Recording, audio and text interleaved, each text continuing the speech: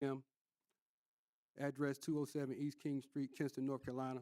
The purpose of this meeting is for a closed session to discuss a personnel matter as permitted under North Carolina General Statutes 143-318-11A6. Any action required will be taken at this meeting after returning to open session. At this time, I entertain a motion to go into closed session. Motion by Councilmember Lifford, second. Second by Councilmember Seaforth. All in favor, vote by by Councilmember Solomon. All in favor, vote by saying aye. Aye. All opposed have the same right. Seeing none, motion carried. Closed session. Let's call this meeting to order. Today is Tuesday, July 21st. We're at Kinston City Council meeting at City Hall, 207 East King Street. The meeting time is 5:30 p.m. This meeting is held in person and live streamed on YouTube channel at the City of Kinston, available for viewing on KTV, the local government channel number 2. At this time, we'll have Mayor Pro Tem Solomon lead us in prayer.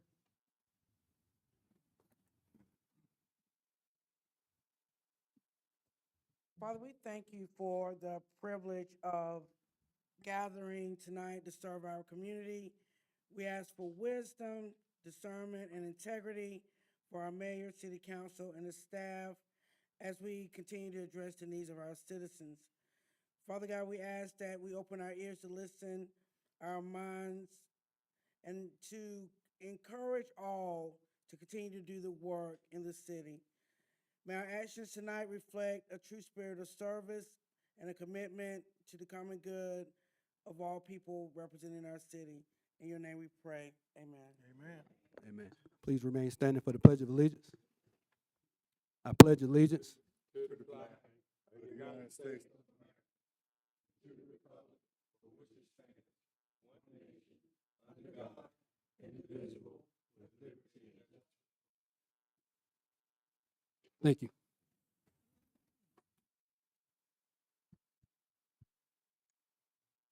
At this time, Madam Clerk, we have roll call, please.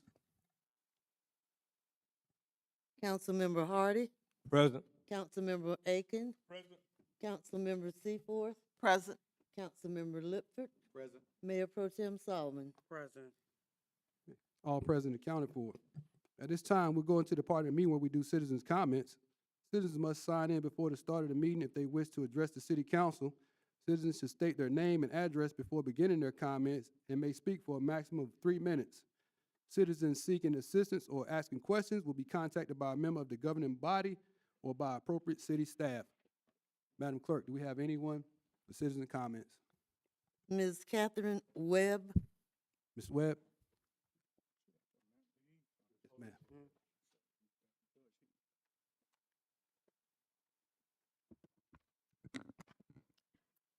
Thank you all. My name is Catherine Webb. I live at 1601 Stockton Road, Kinston, North Carolina, 28504. Thank you all for serving our community and for continuing to encourage others to do so. So I hope to make this quick. Unfortunately, I am voicing a concern with something that occurred in June. My husband and I and other business owners downtown were very concerned about an initiative that was led by the Downtown Kinston Revitalization Group. It was my understanding that on June 25th, 2026, DK's director, Mr. Leon Steele, published a filming schedule for a Main Street inspired production of some sort that was to benefit downtown businesses and to encourage people to see some sort of aspect of Kinston. Unfortunately, that list of businesses included 0 Black-owned businesses. City of Kinston is a primarily Black population city with a plethora of Black-owned businesses. I don't know how that happens.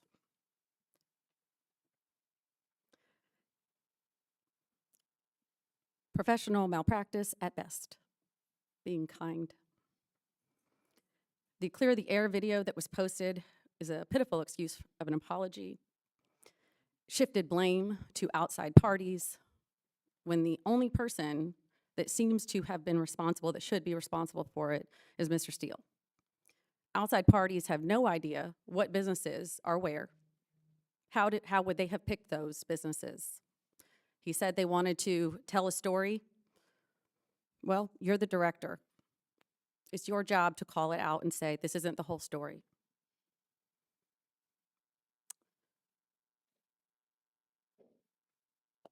To say I was disappointed. I haven't seen the finished product. I don't know that it exists.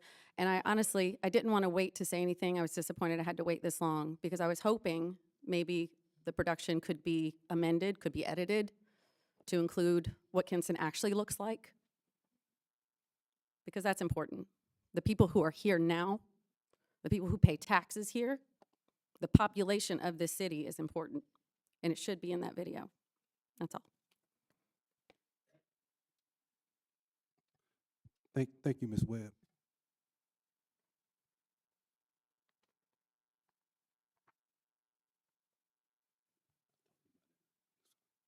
Madam Clerk, we have anybody else for citizens' comments? Ms. Squalla Blackwell. Ms. Blackwell.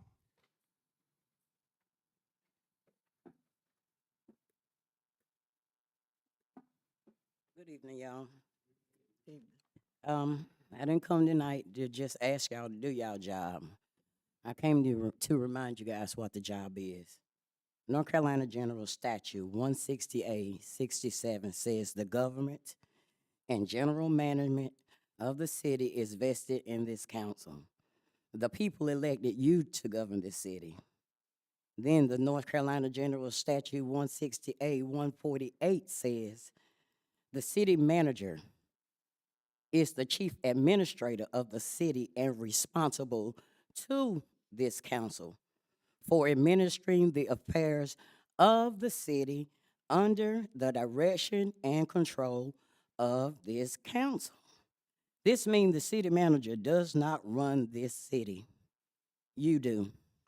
I've heard several times over the last couple of weeks we haven't been here that it is alleged that the city manager has made the statement multiple times that he has this council under control except for one member. I don't know whether that statement was actually made or not, but if it was, that is the exact opposite of how North Carolina law says a city should operate. The city manager works for the council.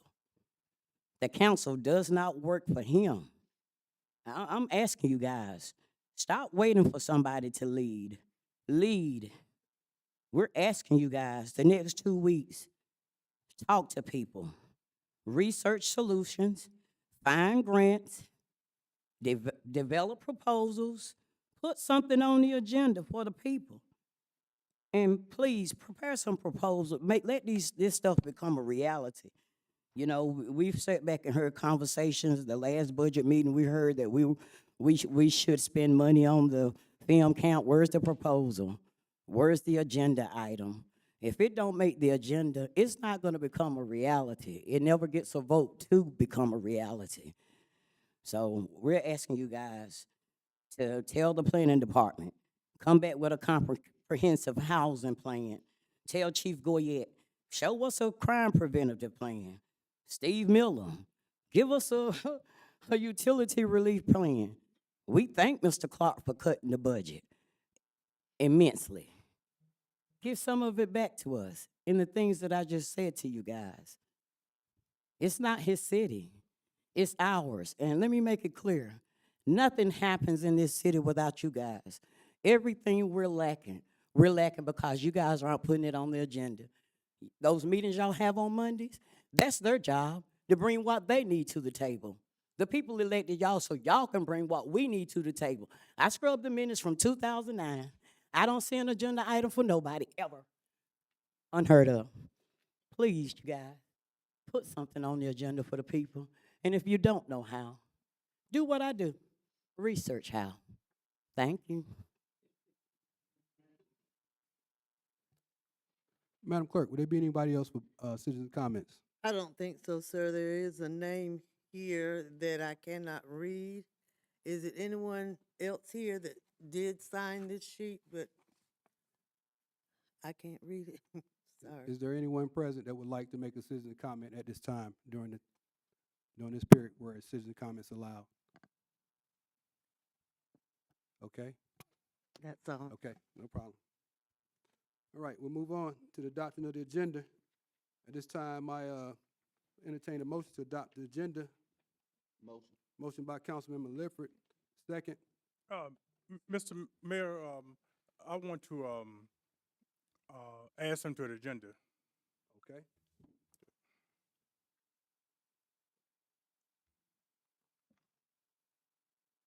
You ready for it now? Yeah, go ahead. Okay. By public demand, and a lot of people have called me recently about the hours at the swimming pool at Holloway.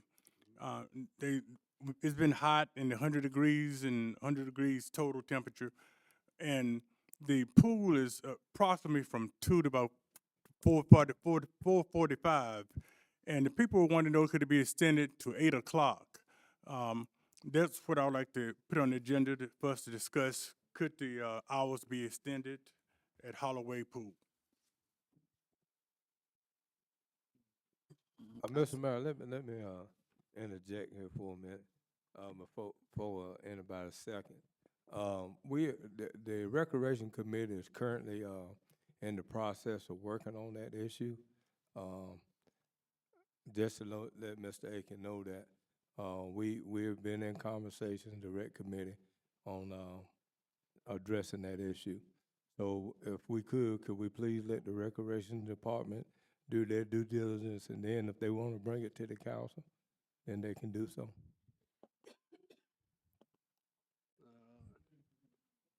Gonna be. Yeah. How you feel about that, Mr.? Just by consensus, could I see a show of hands of council members willing to let the Recreation Department look at this issue? Yeah, before we do that, Mr. Aiken, how you feel about that? So it was originally Sammy's motion. Continue the motion. I mean, I made the suggestion to be added to the agenda. Okay. I still like to be added for us to discuss. Okay, at this time, it's been properly motioned by Councilmember Aiken that we add to the agenda to discuss the hours of the swimming pool. I second it. That's motion. Second by Councilmember Lifford. All in favor, vote by saying aye. Aye. All opposed have the same right? No. Seeing one, ayes have it, noes know it. Motion carried. That'd be item number 12. Let's see.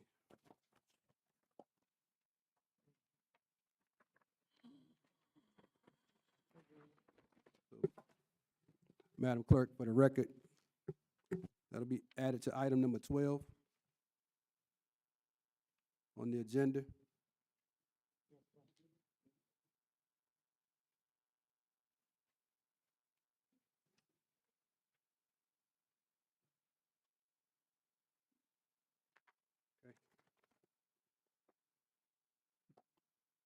All right. Everybody good? Moving on. Okay, at this time, I entertain a motion to adopt the agenda. Motion by Councilmember Aiken, second. Second. Second by Councilmember Lifford. All in favor, vote by saying aye. Aye. Aye. All opposed have the same right. Seeing none, motion carried. Move on to the adoption of the minutes for the June 16, 2026 meeting. This time I entertain a motion. Motion. Motion by Councilmember Hardy, second. Second by Councilmember Solomon. All in favor, vote by saying aye. Aye. Aye. All opposed have the same right. Seeing none, motion carried.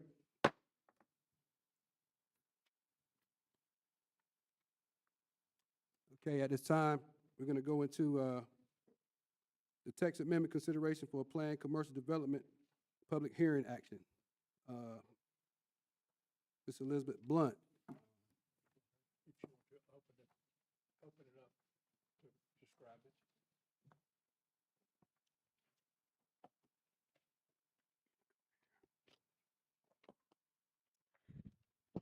Thank you, Mayor, and good evening, Council.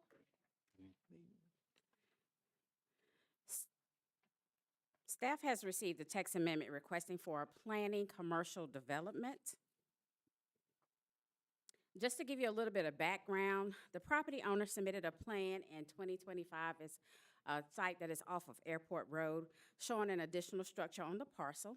The owner wanted to divide the land, but was having difficulty meeting all the dimensional setbacks as well as aligning the building with the existing structure. During a pre-application meeting, it was noted that the future plan was to divide the land more, but the owner wanted more creativity in the land use. And looking at other municipalities such as Sugar Mountain and Banner Elk and Greenville, it was noted that regulations included plan centers that gave some flexibility with commercial development. The city of Kinston already has 3 land uses which it considers as group development. It's planned residential that allows a variety of different housing options, planned unit development, which allows residential and commercial and mixed use, which permits small-scale commercial and residential. All of these uses require a residential component, but the property owner was just interested in commercial, and this is something that we did not have currently in our ordinance. So the intent of this text amendment is to encourage a more creative approach in land and building site planning for commercial and office uses, to encourage a more efficient and aesthetically retail environment, and to achieve greater flexibility for commercial development. So in your package was the entire text amendment, and I'm not going to go through everything, but I do want to go through the key points. When we look at the planned commercial development, it is a development which meets any of the following conditions: a lot of record and singular or joint ownership, and that is important, it's singular or joint ownership, which contains 2 or more principal uses. So it's not just going to be just 1 or 2 businesses, it's going to be more than 2 land uses in this particular development. It can be divided in accordance to the North Carolina Condominium Act, and when we talk about the Condominium Act, we're not talking about residents. We're talking about the building owner may drop a building on this lot, and they will only own the interior space, and the property owner will still own the exterior and the land. Therefore, there will need to be a condo associations to maintain the common areas if this development is divided under the Condominium Act.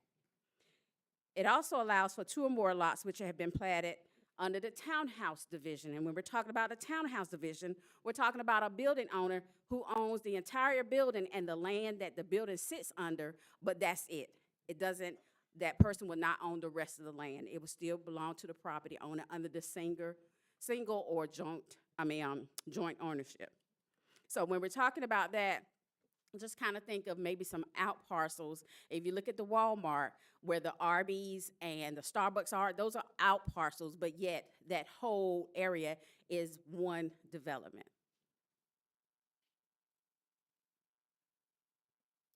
So, key points, locations. This development, this type of development will only be allowed in IB, industrial business, SC, shopping centers, B1, business, general business, and office and institutional districts. It will require a special use. So tonight, you're just looking at the text amendment overall. You're not giving approval for a special use permit yet. We got to get this in the ordinance first before we can say that somebody can actually develop this. If the council approves the text amendment, then the requester would need to follow up with a special use permit in order to establish this type of development on his land. These districts were chosen so that the uses already permitted in these districts will be in harmony to existing commercial developments and not obstructive to residential areas. Ownership, as we talked about, it'll be single ownership. As far as dimensional requirements are concerned, the entire lot, although it may be subdivided, will be seen as a single unified development. And that is important when we get down to buffering. So normally when land is divided, each land would have to meet the dimensional setbacks and would have to meet their individual buffering. Well, in this case, because it is one whole unit, just the perimeter of the lot would have to meet the buffer and the dimensional setbacks, okay? So not internal.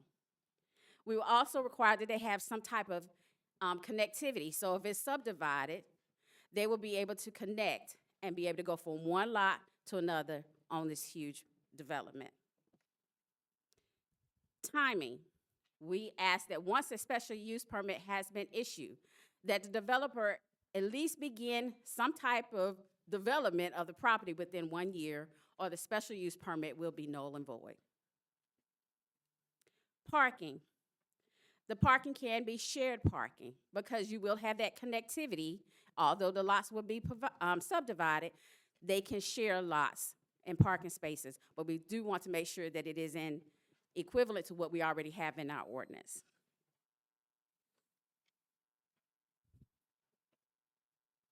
Stage development. Once again, if this is a huge piece of land, we will allow for it to be built in phases. So they can subdivide, and then as they see fit to want to sell, you know, or give opportunity for someone to build a building on this lot, they will. Remember, it still has to stay under that single or joint ownership as far as the land is concerned. Any type of subsequent approvals, if it does not change the concept of the development, then subsequent approvals will be done on an administrative level. So it will not have to come back before the Board of Adjustment nor City Council. If it is major and it changed the concept, it will have to come back before you for an approval. And then lastly, the signs. They will have maximum number of freestanding signs, which is already in our ordinance, in accordance to that, based on the street frontage. The only interior signs they would have would be directional signs, and they would have to meet a certain dimension. That was a lot to give to you.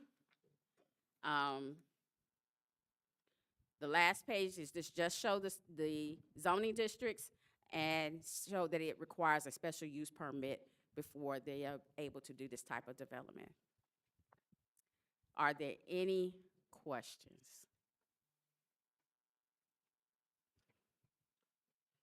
Question from the council?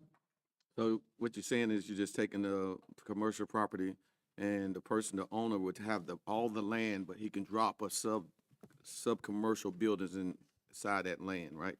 Right, if someone wants to build a building in there, they will be able to do that. Got it.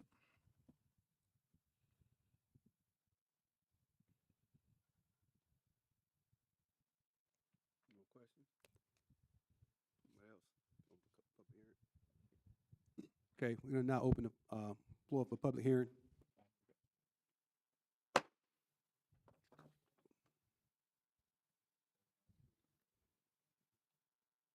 Anybody speaking in favor or opposition can come forward now.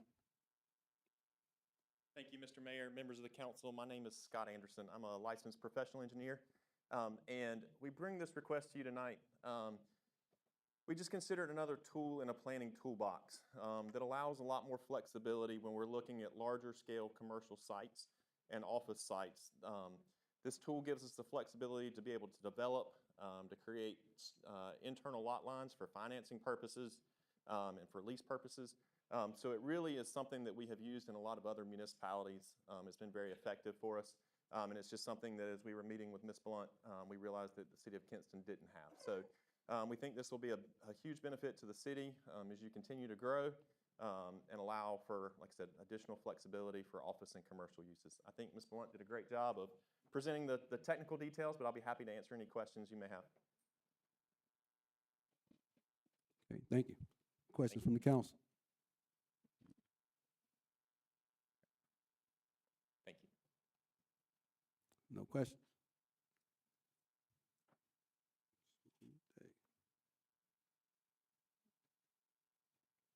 Hi, sorry. I'm just curious. So what is the problem that this solves? I'm just like, because I don't know anything about land zoning, but I do know about like liability and stuff like that. And so is my biggest concern goes, well, okay, so if you have a landowner and then you have different owners within the property, do they come up in their condo association, who shares the liability and they have to have a policy like a condo does? Or is the landowner wholly responsible? Because immediately I think of, okay, more development, okay, great. But watershed, we're a flood zone, we've all been, everyone knows that, no one needs to be reminded.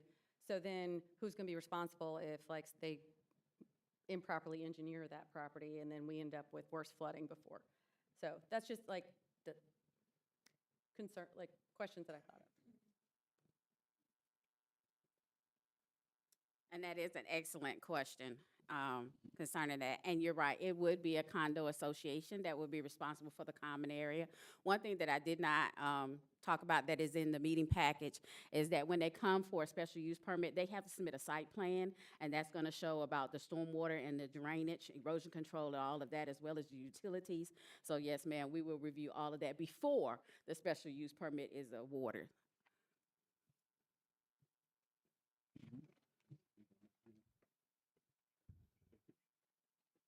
Is anybody else that want to come speak for or against?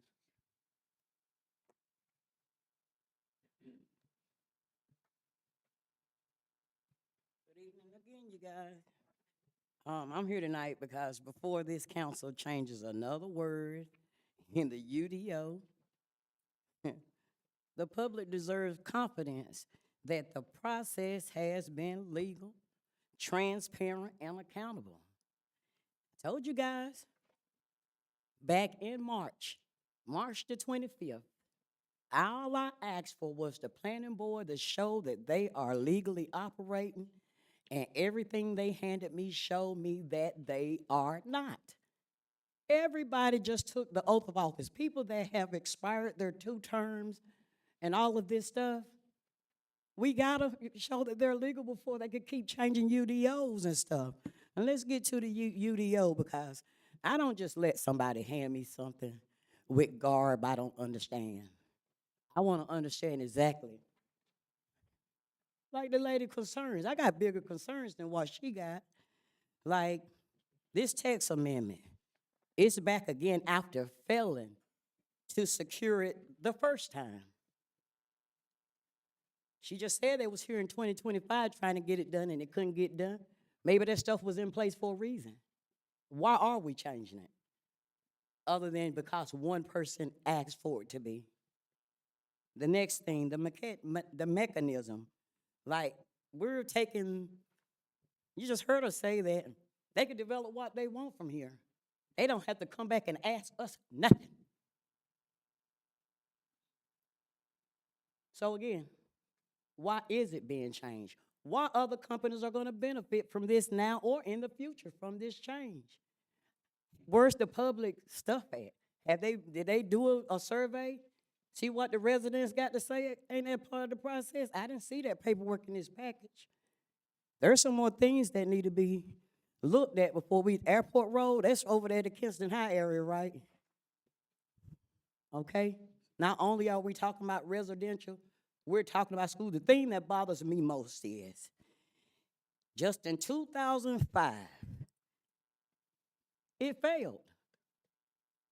So we changed the wording to give somebody what they want. If we do it for one, we're going to have to do it for all. First of all, again, we got to make sure these people are legally making these decisions. Let's go on to, I had these guys to forensically show me the benefits. Oh yeah, commercial development may attract new businesses and short-term jobs. It might modernize infrastructure, and it may be administrative efficient. But the community harms, displacement and gentrification. The text amendment expands commercial zoning into residential corridors. Long-time home ownership face rising taxes again. Pressure to sell, more people being driven out. So one person could get what they want. This is not about attacking anybody. This is just a forensic breakdown. What I'm asking you guys to start doing to this stuff they throw on the big screen. Totally understand what we're doing here. The next thing is privatization enforcement. The abatement contract turns neighborhood cleanup into a profit model. This ain't benefiting the community, it's benefiting an individual. He said one word, we, but who is we? Because it ain't us. So I could go on. I want to start sharing stuff with you guys. See, the manager in Warsaw walked away because there was no integrity there. I really want you guys to keep integrity. Understand what we're signing before we're signing. We're futurizing water problems that we're going to have to, somebody benefits while we take the bill again. Because I forensically looked into this. It's no benefit to the city or the residents.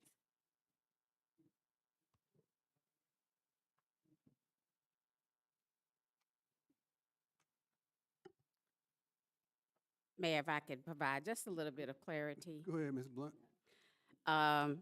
So maybe there was a misunderstanding, or maybe I wrote something wrong in the package, but nothing failed. What the applicant submitted was a drawing that had expired. And at that time, his drawing was to connect the two buildings together. He came back and wanted to change, but this is land he already owns. He owns it. The uses, as far as what's permitted in the development, are already uses that are allowed in these zoning districts and the ordinance. So we're not changing any uses in the ordinance. We are just adding another type of development to the ordinance. As far as changes are concerned, once again, I will reiterate, if there is anything that changes from the concept that is presented to you when they come before you for a special use permit, then that will come back before you. If it is just something that is minor, that would be held on an administrative level. But that is no different than what we already have in our ordinance now. So those are the things that are accompanying this particular text amendment, just to provide a point of clarity. Thank you, Ms. Blunt. Hold on for a second. Yeah, is there anybody else that wants to come forward and speak at the hearing for or against this proposed ordinance? No one else?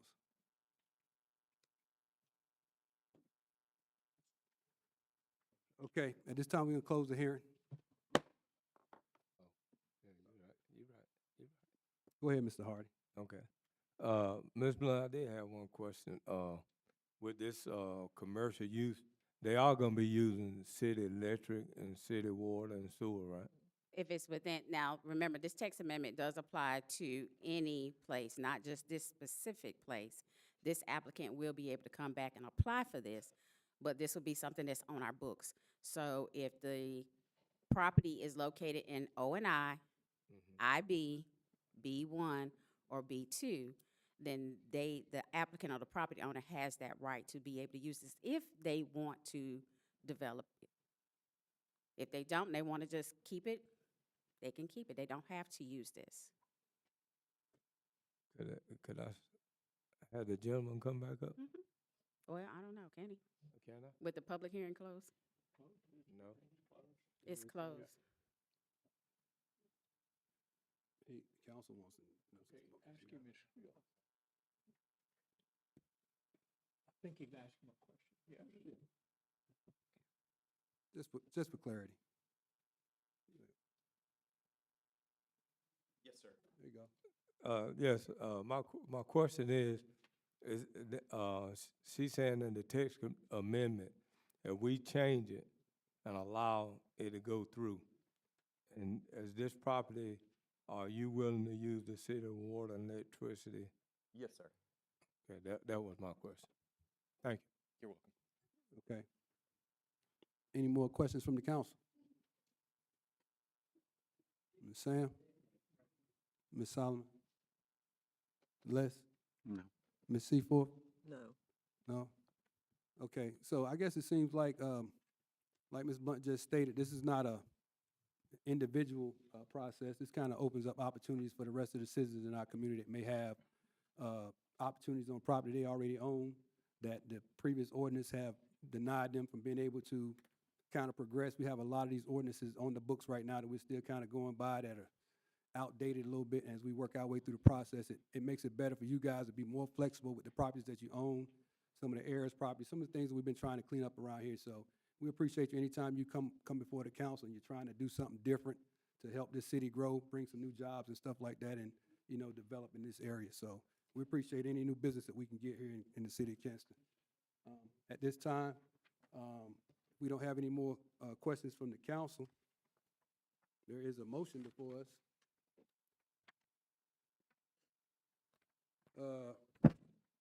There's a motion before us to consider this text amendment consideration for a planned commercial development.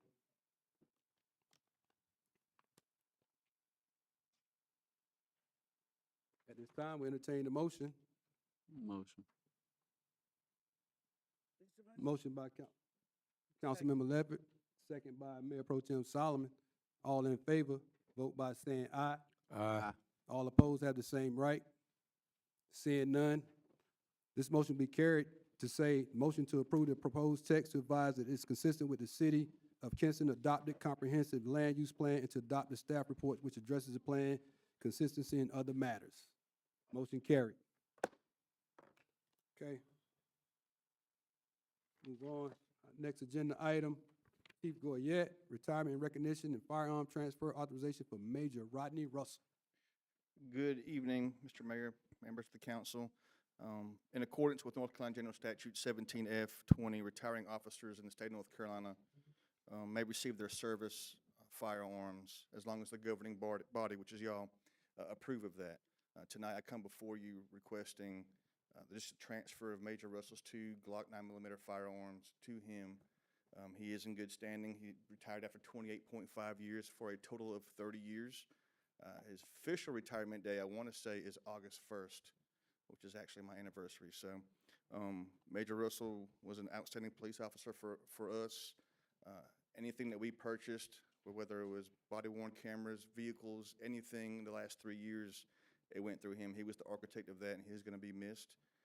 But very, very thankful and happy that he's been able to retire. I hope to get there one day myself. But today I come before you just to request the transfer of his 2 firearms from the city to his possession. I'd be happy to answer any questions you may have. Okay. Any questions from the council? No questions. At this time, we'll entertain the motion to recognize the firearm transfer authorization for Major Rodney Russell.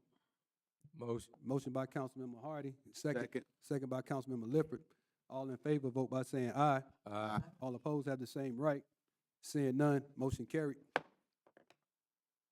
Item number 2, Chief Goyette, consider approval of special event request for Kinston Community Health Fair event. All right, thank you once again. This is a special event. It's going to take place on Saturday, August 8th from 10 a.m. to 1 p.m. They've actually had this particular event several times. Really, the only reason they're coming before this is they want to shut down that little, I think it's Walls Alley, which is right behind their parking lot. It's going to be a health fair. Tents will not be over 400 square foot. It's open to the public. Food's going to be served, and EMS and police will be called if needed. But we're going to be out there on foot patrol as well. No alcohol will be there. The city of Kinston is listed as the insurance certificate holder. I think that's correct. I'll make sure I got that right. There's a couple in here. No, they're not listed at this particular time, but they will be prior to this event. Sometimes when you get special events, it does take a little bit of time to get the insurance companies to send those in. They usually send them in somewhere between a week or prior. So before we do that, I'll make sure we get that. I'll show that to the city manager and send it to the city attorney as well, too. So at this time, I just ask that we go ahead and approve this for Ms. Kinsey and the Kinston Community Health Center. If you have any questions, be more than happy to answer them. Okay, thank you, Chief. Any questions from the council? Attorney? He's good? Insurance. Okay, at this time, we entertain a motion. Motion. Motion by Councilmember Lifford, second. Motion. Second by Councilmember Hardy.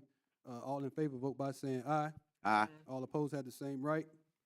Seeing none, motion carried. Next item, number 3, consider approval of special events permit request, Mother Earth Oktoberfest. Chief? Okay, thank you again. This is going to be for Saturday, September 26th, 12 p.m. to 7 p.m. It's going to be a small festival in front of the brewery itself along North Street. They are asking that the street be closed on North Street, right there at Heritage and Walls Alley. So a really, really small particular area. They have held this event in the past. It's not a fundraising project. It's going to be open to the public. Restrooms and trash inside the Mother Earth brewery will be utilized. There will be alcohol at the event, so therefore there will be police officers working the event as well. That's kind of the rule that we have in the downtown area. If you're going to have alcohol, if you're going to have the road shut down, we do have law enforcement officers working the event. The city of Kinston is listed as the insurance holder, and the hold harmless agreement has been signed. Today, we just ask for permission to go ahead and approve this special request. Okay, thank you, Chief. Any questions from the council? Okay, at this time, entertain a motion to consider approval of special events request. Motion by Councilmember Aiken, second. Second by Councilmember Lifford. All in favor, vote by saying aye. Aye. All opposed have the same right. Seeing none, motion carried. Item number 4, consider approval of special event request, taking it to the streets ministry. Chief Goyette. Okay, thank you once again. This is scheduled for Saturday, August 1st from 10 a.m. to 2:30. This is going to take place at Southeast Park. It's going to be an event for the children, for those going back to school. Also, the law enforcement, we're going to be there as well. We'll have a tent set up. EMS will be called if needed. They're going to be giving away food. The city of Kinston is listed as the insurance certificate holder, and the whole harmless agreement has been signed, and the Parks and Recreation agreement's been signed. At this time, we just ask that we go ahead and get this approved for them. Again, the police department's going to be out there as well. If you have Okay. any questions, be more happy to answer. Thank you, Chief. Any questions from the council? No questions. At this time, we entertain a motion to consider, Motion. motion by Councilmember Hardy, second by Councilmember Lifford. All in favor, vote by saying aye. Aye. All opposed have the same right. Seeing none, motion carried. All right, one more on Chief. Number 5, consider approval of special event request, United for the Next Generation Back to School Celebration. All right, this is my last one. This is for Restoration Church. This is scheduled for Saturday, August 8th from 3 p.m. to 6 p.m. Also going to be at Southeast Elementary School. It's going to be a backpack giveaway as well as school supplies. Again, we're going to be out there assisting with this particular event. This is put on by Pastor Kareem Shepherd. Be open to the public, no alcohol, obviously. EMS and police will be there if needed, but the police will be there. The old homeless agreement has been signed, and the city of Kinston will be the insurance certificate holder. He's currently working on that insurance, and he will have that in place prior to that event. Be happy to answer any questions anybody may have. Okay, thank you, Chief. Any questions from the council? Hey, Chief, so if anybody want to get involved with this, contact Kayan Shepherd. Yes, absolutely, 100%. That's all. Okay. This time, no more questions from the council. We entertain a motion to consider approval of the special event request for United for the Next Generation Back to School Celebration. Motion. Motion by Councilmember Hardy, second. Second. Second by Councilmember Lifford. All in favor, vote by saying aye. Aye. All opposed have the same right. Seeing none, motion carried. Mr. Mayor, I have a quick question for the chief. Go ahead, Sam. Crime Stoppers have their national night out on the first Tuesday in August, August the 2nd. The last couple of years, we've had it different dates. Have we decided what date we're going to use this year? Yes, it's going to be the first week in October. It's a Monday is when we're going to have it. I will get that exact date whenever I can sit down. October 5th. Okay, that's going to be the particular date. Yes, sir. I think it's going to be at Southeast Park. I don't know if we've arranged that yet. I'm waiting on Major Jenkins to get back to me on that. But last year we had it at Southeast, and it was actually one of the best events we've had in years. So I assume we're going to put it right back there. Okay. Thank you. But while I do have you, I just want to remind you, if you're not aware, we are having another Connect Town Hall meeting tomorrow from 6 to 8 p.m. at the library. We're going to have some special guests come in that will discuss elder abuse, specifically spams and stuff like that, and how people are just getting into their people's wallets. So you're more than welcome to attend if you know somebody. Maybe lives at Kinston Towers if they don't want to walk across the street. Again, it's from 6 to 8, and we look forward to seeing you all there. Thank you. Thank you, Chief. Okay, let's move on down to item number 6. Fiscal year 2026-2027 operating budget amendment. Ms. Donna Goodson. Thank you, Mayor. In your packet is an operating budget amendment for the fiscal year 26-27. The major items in this budget amendment are the purchase order rollovers that we are requesting from fiscal year 25-26 to fiscal year 26-27. It also includes salary taxes and retirement benefits for our temporary and part-time class employees in our rec departments due to the pay increases in the pay and class study that was presented last year. And also, we have in there the closing of Tropical Storm Debby. Those are the main items included in the amendment. I'm happy to answer any specific questions you may have. Okay, thank you. Any questions from the council?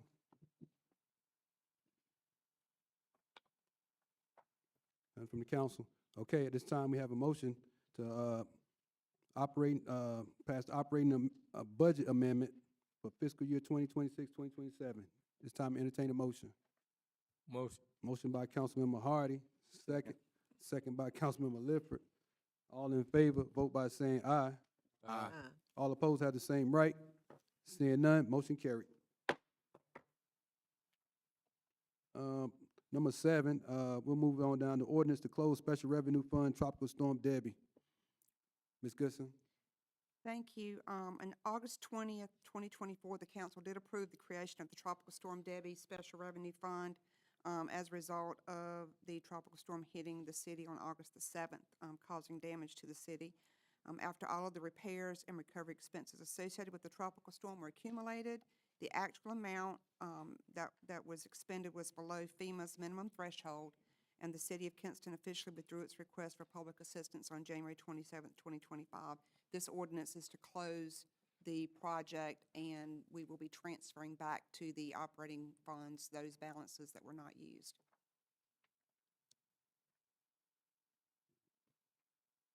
Okay. Any questions from the council?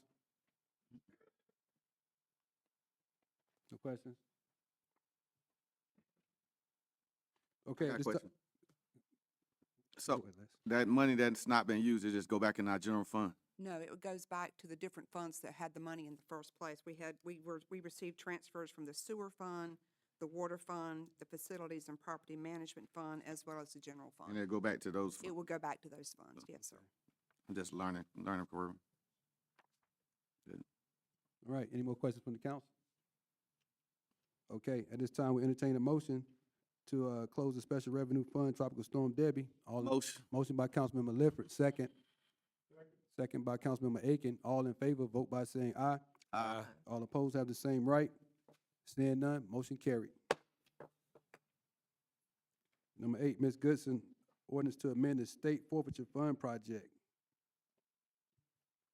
Thank you, Mayor. The State Forfeiture Special Revenue Fund was established on March 3rd, 2026. It accounts for the City of Kinston Police Department's portion of special court allocations and substance tax distributions received from the state and North Carolina court systems.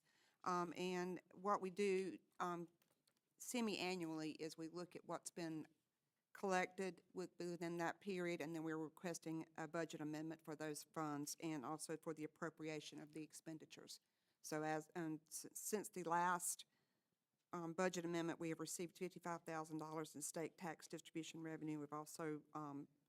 We've also allocated $600 in investment earnings to this project. So we're asking for the budget amendment to award that so that the state tax distribution expenditures can be used for appropriations. Where do we send those appropriations? I'm sorry? Do we send it back to the police department? No. Yes, this is a police project. Mhm. So they're able to use this money for allowable expenditures. Yeah. But it is not considered part of our operating budget. Yeah. Was a future expenditure related to Development Police Memorial. Okay, Ms. Goodson, during the vape shops, a lot of vape owners and things were, some of their residents were searching all, and I forgot, it was like so many hundreds of thousands of dollars were obtained. Is that part of this forfeiture, or there's something different, or? That would be Yeah, that's probably a better question for me. No, there will be money coming in at some point from there, but this is separate incidents that our narcotics unit, as well as the patrol officers, whenever they make arrests and they seize a certain amount of narcotics, those narcotics are taxed based on the North Carolina Department of Revenue, and then that's how the funding comes in from that angle right there. This is something separate, but at some point, those funds will be delivered to the city. Is a certain, go ahead, Sam. So those funds, that's what we get a lot of. Where's that money going? Will those funds eventually get dispersed, and we won't get all those funds, but we'll get some of those funds No, out so- of the 2.3 million? No, you'll get a large portion of that, but you won't get all of it. You'll have to split that up with other law enforcement agencies that assisted with that particular operation, as well as the Department of Revenue. They'll get, of course, tax people can get their Tax portion. At that point, I'll come before you, as well as Ms. Goodson will come before you and do the same type of thing, and then we'll have that money, like a rainy day, if we need to get like a SWAT vehicle, if we have a go buy an extra vehicle, we'll use those funds. So we're trying to build those funding up. That's what we're trying And to then do it right now. takes off our budget for us. Yes. Got it. Any more questions from the council? Okay. At this time, we entertain a motion to amend the state forfeiture fund project. Motion. Motion by Councilmember Lifford. Second. Second by Councilmember Hardy. All in favor, vote by saying aye. Aye. All opposed have the same right. Seeing none, motion carried. All right, item number 9, ordinance to amend the Kinston Police Department donation project. Ms. Donna Goodson. Thank you, Mayor. The Kinston PD Donations Special Project Revenue Fund, Special Revenue Fund was also established on March 3rd, 2026 to account for donations received on behalf of the City of Kinston Police Department that will not be utilized within a specific fiscal year. The City of Kinston Police Department has received a donation and requests that the funds be added to this special revenue fund to be used for the future construction of a police memorial to be placed in front of the Kinston Police Department building. So we're asking for you to approve this amendment. Okay, thank you, Ms. Goodson. Any questions from the council? No questions. At this time, we entertain a motion to amend the Kinston Police Department donation project. Motion. Motion. Motion by Councilmember Lippert, second. Somebody wake up. Second. Y'all sleep. Second by Councilmember Aiken. All in favor, vote by saying aye. All Aye. opposed, all opposed had the same right. Motion carried. Y'all stay with me. We almost done. Nose. All right, Steve Miller. This gonna wake y'all up. Consider approval to purchase of a 2024 International Semi-Tractor Trailer in the amount of $107,500. Thank you, Mayor. In the current budget, we included funding in the amount of $129,583 and change to replace a 2000 Volvo semi-tractor that we have in the Public Services Department. The tractor that we have has got 757,000 miles on it, and we're beginning to have mechanical issues with it. The reason we have that truck, it is the only truck we have that can move our excavator or our front end loaders when we need to move them around to different projects or different needs we have around the city. It's the only vehicle that's the right size to be able to do that. It is also used for hauling materials. We have a dump trailer that we can attach to it. If we need to go buy stone or dirt or something somewhere, we could take this truck and go get that and haul it ourselves. So those are the uses for the truck. Because it's not used daily, it's not used a lot, we don't want to buy new equipment. There's no need for that. The usage we have is small enough that if we find good used equipment, we can use that for the life that we would need it. The current truck that we have, like I said, was a 2000 model. It was bought used, I believe around 2006, and we've had it for 20 years and it's been fine. So that's why we're recommending using a used piece of equipment for this instead of something new. New trucks in this type of vehicle run $130,000 to $190,000. So there's no reason for us to have that extra cost. What we did when we had the money adopted, we started looking for vehicles. Our staff found a few that were suitable and nearby. When they looked through them and looked at conditions and miles and how the vehicles were, they selected the one from J&J Truck Sales as the best value for us. It is a purchase price for that vehicle of $97,100. It has 153,000 miles and is a 2024 model, so it's 2 years old. One piece of equipment that vehicle does not have is what they call a wet line system. The lowboy trailer that we use to pull behind the vehicle is one that separates in the middle so you can get your equipment off it. That allows us to be able to use it in smaller areas, which we work in a lot of small streets. So it makes it more useful for us, but it requires that hydraulic system to be able to do that. So that is something that would have to be added to this truck. I listed in the memo the 3 top vehicles that we found and looked at. 2 of those vehicles did not have the hydraulic system. Even adding the hydraulic system to the J&J truck is still a lower cost than the other 2 vehicles, one which had the hydraulics and one which did not. So it's still the best value for us for all those vehicles that we looked at. What I'm requesting tonight is approval of the purchase of the truck from J&J Truck Sales with the inclusion of the installation of the wet line system that we need and a processing fee for doing all the paperwork for the sale. Total price is $107,500. So that is $20,000 below what we budgeted. So I'll be glad to answer any questions y'all may have. Steve, being used, is it as is, or is there any type of warranty of 50 feet, 50 seconds, or whatever come first, or whatever? There are warranties with it. The engine comes with a 5-year, 500,000-mile warranty. It said it's got 153,000 miles. We'll never hit the 500,000 miles. The 5 years will give us 3 more years under warranty for the engine. It also has what they call an engine and after treatment warranty, which is 5 years and $300,000, or 300,000 miles. So we'll be under the mileage for both those periods, so we'll have the full 5-year term, the remaining part of that 5-year term for the warranty on each of those. And if I heard you right, the first vehicle, did you say that it had like 750,000 miles? Correct.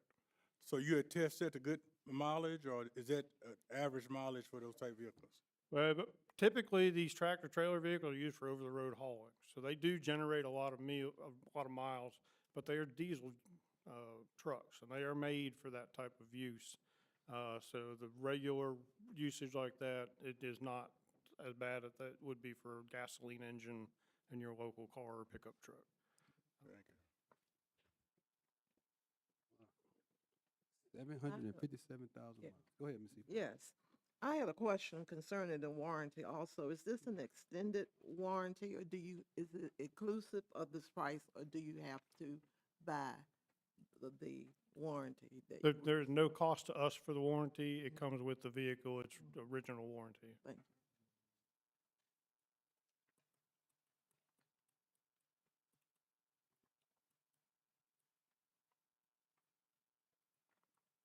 Five-year, 500,000. Okay. More questions from the council? All right. At this time, we entertain the motion to consider approval of the purchase of a 2024 International Semi-Tractor in the amount of $107,500. Motion.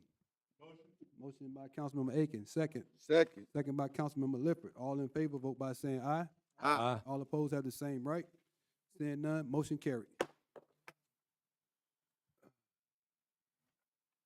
All right, Steve, item number 11, consider adoption of a resolution to apply for $1 million in funding for the lead service line inventory phase 2 project. Thank you, Mayor. We have Charmaine Powell join me up here. She's our engineering project manager. She's put together some additional details of the funding and where we're at today in our lead service line inventories. We've done a lot of work from where we started, made a lot of progress, and we found out we are still eligible for funding to help complete the inventories. And then moving forward, there's other funding opportunities still available out there to actually do replacements. Right. Thank you. All right, good evening, Mayor and Council. Evening. Tonight, I will provide an overview of the lead service line inventory project and the connected funding opportunity that would help us continue identifying unknown water service lines and meet the upcoming state and federal requirements.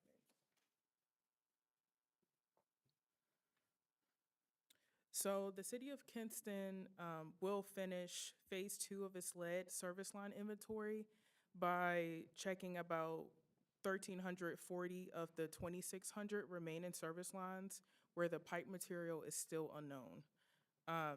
Shameless plug to Jimmy Barrow for working to identify and classify a significant amount of the service lines. The remaining 1,260 unknown lines will have to be completed later through possible future funding. We'll put out a request for proposals for a contractor that will locate and inspect each of the 1,340 service lines and gather the information. And then with that, they'll update the inventory and do necessary reports as needed. And then the city will oversee and coordinate with DEQ. The project is for inventory only. No pipes will be replaced. So the inventory will help identify lines for replacement of galvanized and lead lines. A lot of people think that the city owns the entire water line, but that's not actually the case. The diagram shows the city is responsible for the service lines from the water main to the water meter. Once the lines leave the meter and runs toward the home, that's the property owner's responsibility. So again, the inventory will be identifying material on both the city and the residence portion of the service line. But yeah, that we won't be replacing anything. This is just identifying. So we've already leveraged this program in 2023 and we were awarded. The previous award helped reduce the city's costs through their principal forgiveness program. With this funding opportunity, it gives us another chance to complete the remaining inventory while minimizing the financial impact on the city. And as mentioned, the state is offering $1 million toward identifying the remaining service lines, and the deadline is August 3rd of this year. So we ask for the council's approval tonight to approve the resolution and authorize us to apply for $1 million for this program so that we can continue our inventorying efforts and meet EPA and CDEQ requirements. Yeah, thank you for your attention. Any questions? I used to live in Mitchelltown, and the house is probably about 110 years old now. When I replaced my water heater, I had galvanized pipes, and the interior was like a Pepto-Bismol color, bright pink. Is that any indication of lead or anything, or if the interior was a bright pink color? I don't know if that was any type of indication of any type of something didn't supposed to be there. So I'm not in the field, so I don't want to speak to that. With the disinfection chemicals that are in our system, they will react with metal pipes, and they may cause that type of particulate stuff to show up inside the pipe. It's safe. It just means that we have had ammonia and we've had chlorine in that pipe, and that's what it's showing. You've been doing it a while, yeah. I bought a bottle of water.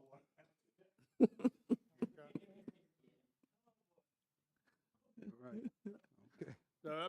I will, as Charmaine presented, we have gone a long way from the original 12,000 service or 9,000 services we had down to about 2,600 left to identify. We have not found any service line outside of the homes where we've done the testing that has lead in it. However, under the rule, lines that are galvanized, and we don't have better records of whatever was downstream of them toward the main, require being replaced under the rule. So when we move into replacements, those pipes and those services are ones that we'll have to look at. Historically, in southern towns like Kinston and across the southeast, cities have not maintained pipes all the way to homes. That's more common in the northeast where there's not much distance between the main and the house and the property line. But in southern areas, we have not typically done work in there, which is one reason we don't have good records of what type of materials are there, because those are things that have been done by the property owners and plumbers when the houses are built. So.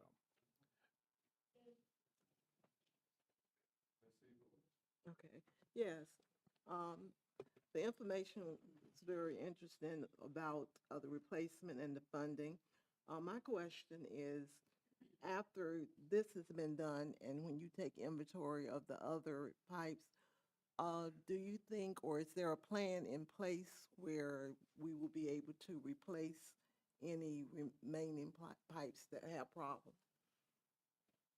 There is also funding for a lead find and replace program, but the requirement is that we identify all of our service lines.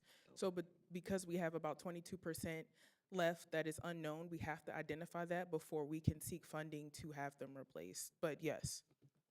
Okay. Thank you.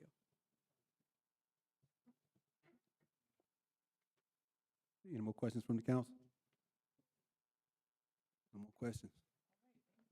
Thanks, Steve and Charmaine. At this time, we entertain the motion to consider the adoption of the resolution to apply for the $1 million funding for the lead service line inventory Phase 2 project. Motion. Motion by Councilmember Hardy, Second. second by Councilmember Lippert. All in favor, vote by saying aye. Aye. All opposed have the same right. Seeing none, motion carried. All right, let's move on down to information. Item number Oh, 12. I'm sorry, item number 12 that we added. We want to discuss the pool hours, right? Yes, sir.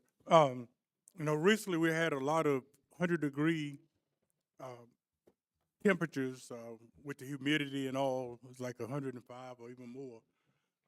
Some residents called me and asked me about could we extend the hours of Holloway pool. A lot of cities provided cooling stations for their resident citizens during these hot spells. I don't know if we had any as a city where we offered any type of cooling station or anything for anybody, but there's a lot of benefits of extending the pool. I don't know the cost factor of getting extra lifeguards. I know Councilman Hardy stated that they'll be discussing all that in the future, but just take in the count. We had another lady said that do something for the citizens. I think this would be a good venue of keeping the kids extra couple of hours in the pool, because 2 hours, and a lot of the parents getting off at 5:30. You got latchkey kids and all of that. There's a lot of benefits of maybe keeping it open. I know senior, we did a trial on Wednesday when they normally have senior nights, and people showed up, but it was like a one couple of hour notice, so it could have been more. But once the children know it, or the adults know that they can come out a couple extra hours, I think it'll be a good benefit for the city. Well, I'll go first, Scott. You go Yeah, first. it was brought up to Holloway Center, where you're talking about, where I'm at every day pretty much. And it was brought up, and me and Scott and some of the other members of the rec department spoke about it, and we did do a trial, and it worked out pretty good. So we were just trying to figure out at this point, how many days do we want to do it? The whole 5 days, whether we want to do it Monday through Thursday or whatever. That's the point we was at. And we still looking at that, and we are proposing to keep it open longer. It was just a matter of what days, what were the busiest days, whether it's gonna be 4 days a week, whether it's gonna be 5 days a week. Because on Friday, most of the time, people ain't trying to do too much on Friday. So we were looking at Monday through Thursday. So Scott, you can intervene. Well, and I can, I've had 20-plus years at Holloway and MWeb Pools, pool manager in 2001, 2000 to 2005 at Holloway. The reason we do these hours, we have such a big group for swim lessons and day camps. We have 180 kids in our day camps, and they're filling the pools from 9 a.m. all the way to 1:30. And you really try not to mix those group of kids, because there's a lot of kids that can't swim. And when you mix them with open swim, it creates a dangerous situation. I'm also was a lifeguard instructor for 15 years of my time here with the city. And you get something called lifeguard burnout. When you don't give them a break for 8 hours, and then you try to add in night pool, which, I was a part of night pool the last time we had it at MWeb Holloway, and I want to say 2012, 2010. Not only safety concerns, but then you get lifeguard burnout. So then a kid that's a 16-year-old has been sitting there from 9 to 7 o'clock and don't get a minute break, they start lifeguard burnout, they start unsafety conditions. And we used to have, in the heyday, 25 lifeguards between MWeb and Holloway. Now we've got 8 guards at Holloway. We used to have 12 just at Holloway. So you've got more camps using one pool instead of 2 pools.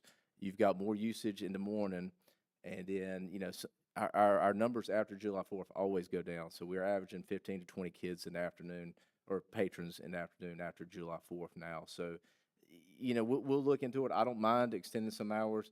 It just needs to be done safety-wise. And my experience is, I've been here almost 25 years. Holloway Pool and then Webb Pool was my start ground. I know that area, really well. And safety concerns are big. And also the reason we got rid of night pool is we had a lot of unsavory characters, and that's the reason we cut it down. We used to have night pool till 9 o'clock with lights at M Webb and Holloway, and we started getting out of that because of all the safety issues we had. And it wasn't kids in the pool, it was kids around the pool. And those are just some of the factors.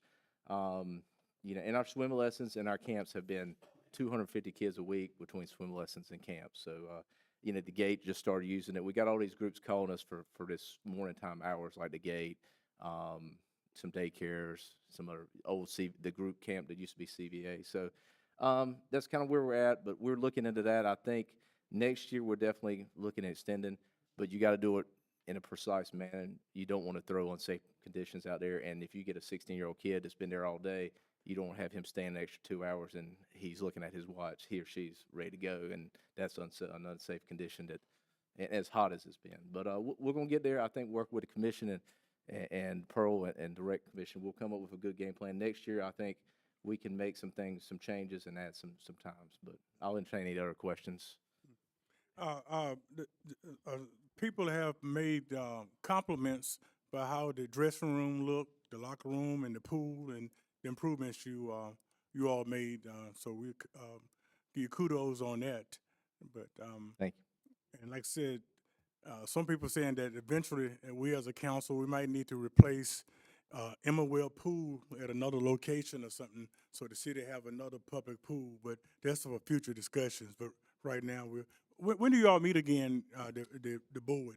Second Thursday of every month at the community center at 5:30. And I'll expand on that. The M-Web splash pad is being used. It's starting to get used heavily. It's open from 9:30 to 5:30, Monday through Sunday. So it's being used. It could, I like to see more numbers, but I think people are hearing about it.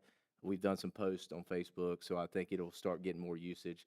But there's times out there where it's not being heavily used right now. I went out there earlier today, and there was nobody out there. Then I turned it on, and we had 1 or 2 kids come out and play. But there are some downtimes there as well that we want people to start using that facility. And that facility is, you can actually drink that water. It's like a water fountain. It's not recirculated. So, we try to get that word out too, that it's a great facility that needs to be more usage out of it. Any more questions from the council? I just have a comment. I enjoyed listening to the comments that were made concerning the pool because they were very enlightening. And I appreciate you bringing out the safety issues because that's foremost, and we want our children to be safe. And thank you for your time and effort. One thing I want to add about Holloway, one of Kinston residents started swimming there, Nicholas Askew. He's the coach of Howard University in Washington, D.C. His swimming team won the national championship a couple years ago, and he got his starts at Holloway. So, Yeah, I worked with him in 2000, 2001, so he's a great guy. So Yeah, I guess my question, Scott, first of all, Chief, I am concerned when we have to be worried about the safety of the kids at the pool. We need to send some law enforcement down there and let them ride bikes so them kids can go swimming, and I guess we need to do that. As a city, that shouldn't be one of our major concerns when we got the big dogs right here. So, but my other thing is to maybe to align the hours up a little better with what the Woodman is doing, so that we have a equal comparison, especially since we don't have the Emma Webb pool available anymore. I was a kid, I grew up at Holloway Pool. We stayed there all day. They had to kick us out the pool, you know what I'm saying? And night pool was a staple. So even though logistically we might not look at it like that, the kids do. And we have been getting some phone calls about that. Somebody also said something about putting a soccer net out at Emma Webb. Some Spanish kids want to kick the soccer ball around there. So, yeah, we don't. but I'm saying, so you got community coming and they saying, hey, this would be nice. Can we get one of these or one of those? So, of course, we know that these things got to be worked out. But at the same time, we want to show the kids the pool is seasonal, and we spend a lot of money to bring Holloway back online, and it's idle. It's only running 2 hours, according to what we saw on the schedule. But I just heard what you said, and I understand because I got some nieces and nephews that are in those camps, and they do come to, swim camp and stuff like that, so, work on it, Scott. Come up with something for these kids, especially with this 108, 110-degree, heat, some days. They'll appreciate you for it. Good. Let's go ahead on down to, information. Before we go on, Sam, are you good with that? Okay, okay. So we go down to information updates, with Ms. Blount, award of code enforcement abatement services contracts. Thank you, Mayor. Real quick, just wanted to let council know that we put a bid out for code enforcement and abatement services. So this is not for code enforcement, just to abate the services. A lot of emphasis we put on weed abatement, and we always say that the city of Kinston is not into the grass cutting business, but we will make sure that the owners know that when their grass need to be cut. In the event that the owner doesn't, we have to have a contractor to go out and do the abatement. So the bid included not just weed abatement, the grass cutting and mowing of overgrown lots. We also included the abatement of public nuisance. So if there are some lots that got a whole bunch of trash, we're able to also have a contractor that can go out and clean that up, as well as graffiti removal. Boarding of vacant and abandoned structures. We didn't have anybody that we can contact for that. We kind of left it up to the property owner. If they never boarded it, it just kind of was left wide open. So we put that in a contract too, and also the painting of the boarding opening, so it kind of look like it's blending with the house. And lastly, emergency responses. In the event that something happens in the middle of the night, we'll be able to contact our abatement contractor for that. So the two recipients of this particular bid was Charles Hughes for the grass cutting and the public nuisance abatement, and then we awarded Envision Professionals for the boarding of structures and emergency services and painting the board openings. These are two local companies that are right here in Kinston that we're able to call upon to do our abatement services. We always want to make sure that we give the property owner their first choice to do whatever they need to do for their property, but in the event that they don't, we'll be able to contact these contractors and make sure that we bill this to the property owner. So that's where we are, just for information purposes, for the code enforcement abatement services contract. Okay, any questions from the council? Okay, I got one. I know that we're, first of all, with the residential properties and the weed abatement, do we have a turnaround time for these contractors on, like, when we give them a job, how long it's gonna take them to do it, when they're gonna get around to it? Is this gonna be inclusive of some of the sidewalk areas that, we have issues with? And also these commercial businesses that we have, that when you pull up to the stoplight and you can't see down the road because they got trees growed out past the corner and they're not cleaning up their parking lots. I understand, like, because our citizens are getting reports, they're getting the letters and stuff, and they're responding, but these commercial businesses that we have around here, they're not doing a real good job about cleaning up around their stores and stuff. Are we approaching that while we are dealing with the citizens in this process? Yes, sir, that's a great question, Mayor. Yes, we are holding everybody responsible, Okay. regardless of whether it's residential or commercial. They need to all come in line with the ordinance. So, like I said, before we were concentrating just on grass. Now we can go and address those hedges that are blocking vision. As long as we know about it, then we can address it. Okay, good deal. One location is the Round Tree in College. Now, I'm not gonna remember that right Right, now. I get with you. But one time I was going to college and down college, whatever, and I had to go in the middle of the street to make it look right. Mhm. And I know we have the trash collectors, and they see this every day. It's not part of their job description, but you don't even see the signal lights. Some of the trees need to be cut back, not signal lights, the stop signs. Mhm. But I learned to look now to see if there's a stop sign on the other side, to see the silver back of it. So I said, okay, it's the octagon, it must be a stop sign. But a lot of the trees and stuff, until you cross the line, you don't know it's a signal like this, especially in residential areas. Yes, Okay. yes, and that's a good point. And I have to say that with public services, they're great. If we have an issue that where it is city trees, not the property owners, then we can normally call public service, and they'd be more than happy to assist us with getting that taken care of. Um, I was holding this for, council comments, but since we're in this vein, one of the things I was requesting, and this is for you, Steve, is much like how we create, the resurfacing schedule for those selected streets, is it possible for us to do the same when we, are considering, like, the curb appeal? That's the easy win, right?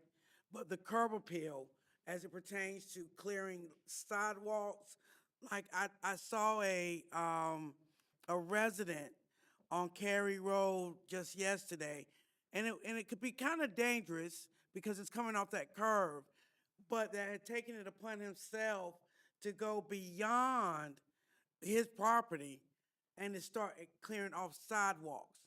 And so my question is it possible for public services to work on a schedule where we are intentional about clearing off sidewalks and, you know, the brush that's grown over sidewalks and the limbs that are in our local street, you know, streetways, that are, some are crossing over power lines, but then just as it pertains to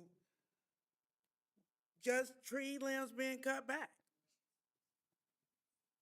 Yeah, it certainly is. You know, our folks try to keep an eye out for those things as they're working in different neighborhoods. We encourage the public too, if you see something like that that's keeping you from safely using a sidewalk, let us know. Call our 939-3282 number, and we'll get somebody out and get it taken care of.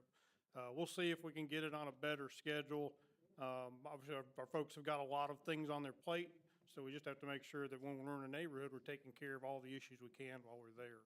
That may be the best way to try to address those things. But I think if, you know, if we could do like an intentional sweep of the city and look at like some of these sidewalks, like for example, Rochelle Boulevard, going up that hill, and the city took care of it a couple of years ago.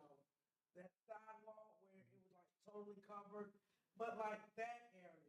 But if we could just kind of, you know, like you can ride down Calvin Street, you know, where like parts of the brush from the ditches are like growing over. But if we could just, you know, take a sweep and you know, just kind of create schedules of where we're very intentional. Okay. Jay. Thank And you, Steve. Liz, go ahead. And in closing, Mayor, I just want to say for those type of abatements for code enforcement, we do have a complaint form. We Okay. do ask that people go on the website to fill that complaint form out. Okay. And it's right on the main page of the website, code enforcement complaint form. And so just click on that and it goes straight to our code enforcement officers. Okay. Thank you so much, Ms. Blount. Mr. Mayor, I got one thing. Go ahead. Ms. Blunt, how is the program working out with the people come and get equipment to do the yards? Two shed program? Yes. It's going kind of slow, but we have had a couple of people to come and check them out, and we've gotten them back, and they've been in working order. So, Okay. yeah. Mm. Yes, sir. Wow. Thank you so much. I mean, this is great to just know that we're collectively as a community addressing the issues that we have to kind of clean up our backyard and stuff, and that's going to pay off in the long run. So it's a group effort. Teamwork makes the dream work. Item number 2 on the updates, Ms. Blunt, cleanup project for blighted properties. We're still on the same subject. Yes, still on the same subject. The Ma'am. cleanup property, you know, a while back, we gave a list of approximately 44 properties that were identified, may have received some condemnation notices. Out of the 44, we have mailed or posted notices of violation to 21 of those properties. To date, 6 property owners have contacted city staff to discuss potential options for bringing their properties into compliance. And we have 14 properties scheduled for a condemnation hearing on this Thursday, July 22nd. Now, just to give you some information, during these hearings, we will allow the property owner to kind of outline how they want to take care of these issues. In the event that they don't show up, we will go back and send them another notice and tell them that they have 60 days to do something, or we will be able to bring this before council to be ready to proceed with demolition. So if nothing else, this is definitely getting the citizens of the community's attention to let them know that the city is serious about cleaning up our blighted properties. And I'm really excited about, you know, working with the property owners that do come in and talk to us. So we're not in the business of tearing down houses. What we want to do is just make our city look better, and we'll work with the property owner to get to that point. So just want to give you a quick update about that, where we are as far as those properties are concerned. Ms. Blunt, I had a lady contact me this morning, that got a notice, and she said that they about 12 people name on that property. It's Air's property.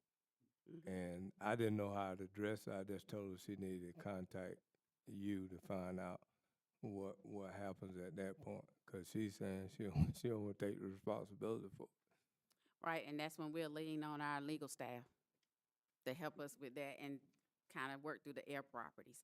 But when we know property owners and we're able to deal directly with the property owners, we're taking care of that. It's when we come across those air properties or property owners we cannot reach, we'll reach out to our legal team.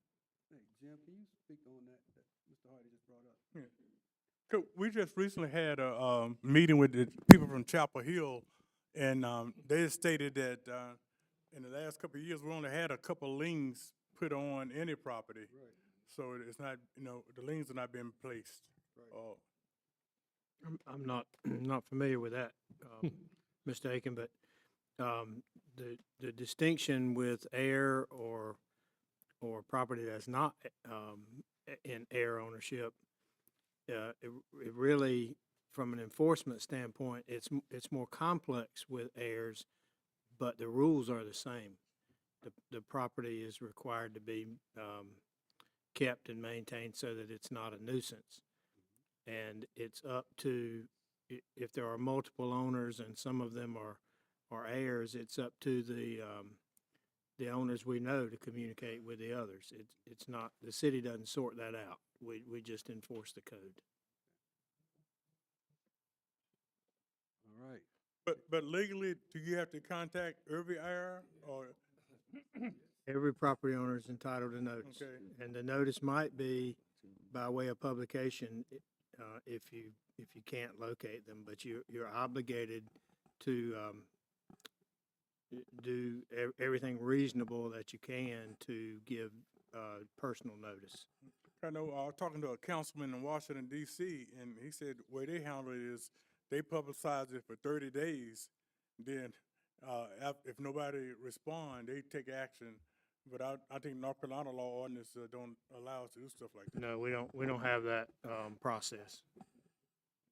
We don't And have a just for 30-day process clarification, for when that. we mail out letters, we make sure that we send it certified mail, regular mail, and we stick it on the property.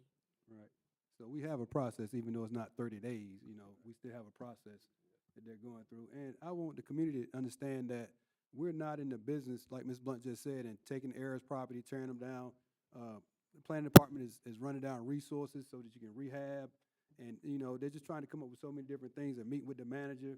What can we do? Some of these properties are so far gone that it costs you so much money to do something with them. It's actually the city's doing you a justice by saying, okay, we'll take care of this, because what happens is you end up getting billed, you know, for these processes that we have to go through. So that's the last thing that we want to do. But these processes have to be put in place. They have to start somewhere. And nobody's after your grandmother's house or home or anything like that. We want everybody to be able to stay here. So, but some of these homes have been left for 30 years with nothing done to them. So some of the situations we've found had heirs of heirs of heirs, like three generations of heir ownership. And really all you can do in those situations is publish by notice. Right. So a lot of these homes, if the heirs are not in the area, they don't qualify for some of the grants that may go along with that home. If you live in Maryland and you got your grandmama house down here, the city has funds and resources to rehab those particular homes, but you have to be a resident. There are certain covenants that go along with some of these grants and stuff that go along with that. Sometimes these things are better explained in Kinston 101. They're at the workshops. When the planning department has these workshops, when they come with these new programs, they say, come down to City Hall, we're going to talk about them. So that's where you get the nuts and bolts of how you work with the city to maintain these properties or to just get them off of off your conscience. I mean, if it's been 30 years, you haven't had a chance to do something with it, come down to the city, talk to the manager, talk to planning, and say, hey, what are our options? You know, we're here for the citizens. This is your city. At that point. And once again, we just want to say, we really, really appreciate the property owners that come and talk to us. Yeah. We really do appreciate them. Am I allowed to ask about the mall? What are we doing with our mall, with the mall? People want to know. I have not heard from the mall owner. Okay, He has not reached out to the planning when can we department. get up with the mall owner? What do you want to get up with them? What are you asking? We want to know what he's gonna do with the mall. If it's, I mean, people breaking into it, I mean, and there's a lot going on. I mean, a lot of people want to know if we're gonna have a mall again. I've been on the phone with him, and he said he was willing to talk to us, so I'm trying to figure out, what say you? He didn't want to come to the public hearing, so I don't know. They asking me what we gonna do with their mall, so I gotta ask him. He got the keys to it. So that's what we do. I'll make a comment. I ain't gonna say what he's trying to do with it. It's been I know at least a year or so, and my conversation with him is that he wanted to make it a storage building, and then he came back and before it was last vandalized and said that he had cleared out a space in there to do a pickleball court and wanted to do a nightclub in there. So I'm not saying what he told me now. I mean, that's what he told me.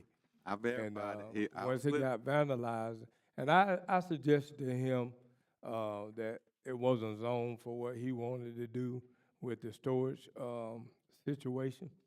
And I asked him if he were interested in maybe making it a convention center or some kind of sports complex. But he never said anything other than he had reached out to a couple of vendors, a Mexican organization, to see if he could open up some kind of grocery store. And then he said he tried to get one of the retailers, I don't know if it was TJ Maxx or one of them, but they didn't want to come to Kinston for numerous reasons. And so that's the last I know. I'm just giving you the information that was given to me, and that was probably about 3 months ago, 4? Probably about 5 months. Maybe 5 months ago. About 5 months ago. But like I say again, I don't own the property. It's not mine. I can't tell you what to do with your house or your yard, and I guess we can't tell him other than we can put penalties on him just like we do on everybody Okay, else. so that's the second part of my statement here. So if our citizens are paying for weed abatement, code enforcement, the trees in the yard and all that other stuff, how are we letting the mall sit over there boarded up with the letters falling off the front of it? When the last time we enforced code on the mall? So the back of the mall itself is not is not condemned. It's not to the point of condemnation. The back looked like- part, the back part of the mall is, and it's one of the areas that is on our list of blighted properties. Okay. Yes. So as we stated earlier, residential, commercial, it doesn't matter. Okay. They would still have to come into compliance. Okay. But we will be more than happy to talk to the gentleman we talked to. I know Chief Jackson and I talked to him probably a year ago now. We'll be more than happy to talk to him once again to talk about all of the options if he wants to talk with us. So How about we make it a mall again? Well, he just said he can get the Ms. retail Blount, stores. you have 2 code enforcement personnel now, and one of them is designated for downtown. You got a list of boarded up places downtown in the MSD district, Merchant Service District. So half of his responsibility is the code enforcement for the downtown area. The other half of his responsibility is the housing rehab specialist that is dealing with our rehab programs. So he is split. He is not dedicated to just code enforcement like our one code enforcement officer is. And so he'll be talking to some members of DK tomorrow to talk about exactly what he will be covering as far as the downtown is concerned. When we talk about code enforcement, when we're talking about public nuisance, when we're talking about junk vehicles, he'll talk to them and talk about how to go about filing the same complaint that they would with the regular code enforcement officer, so that we can make sure that we're taking care of those areas as well. Okay.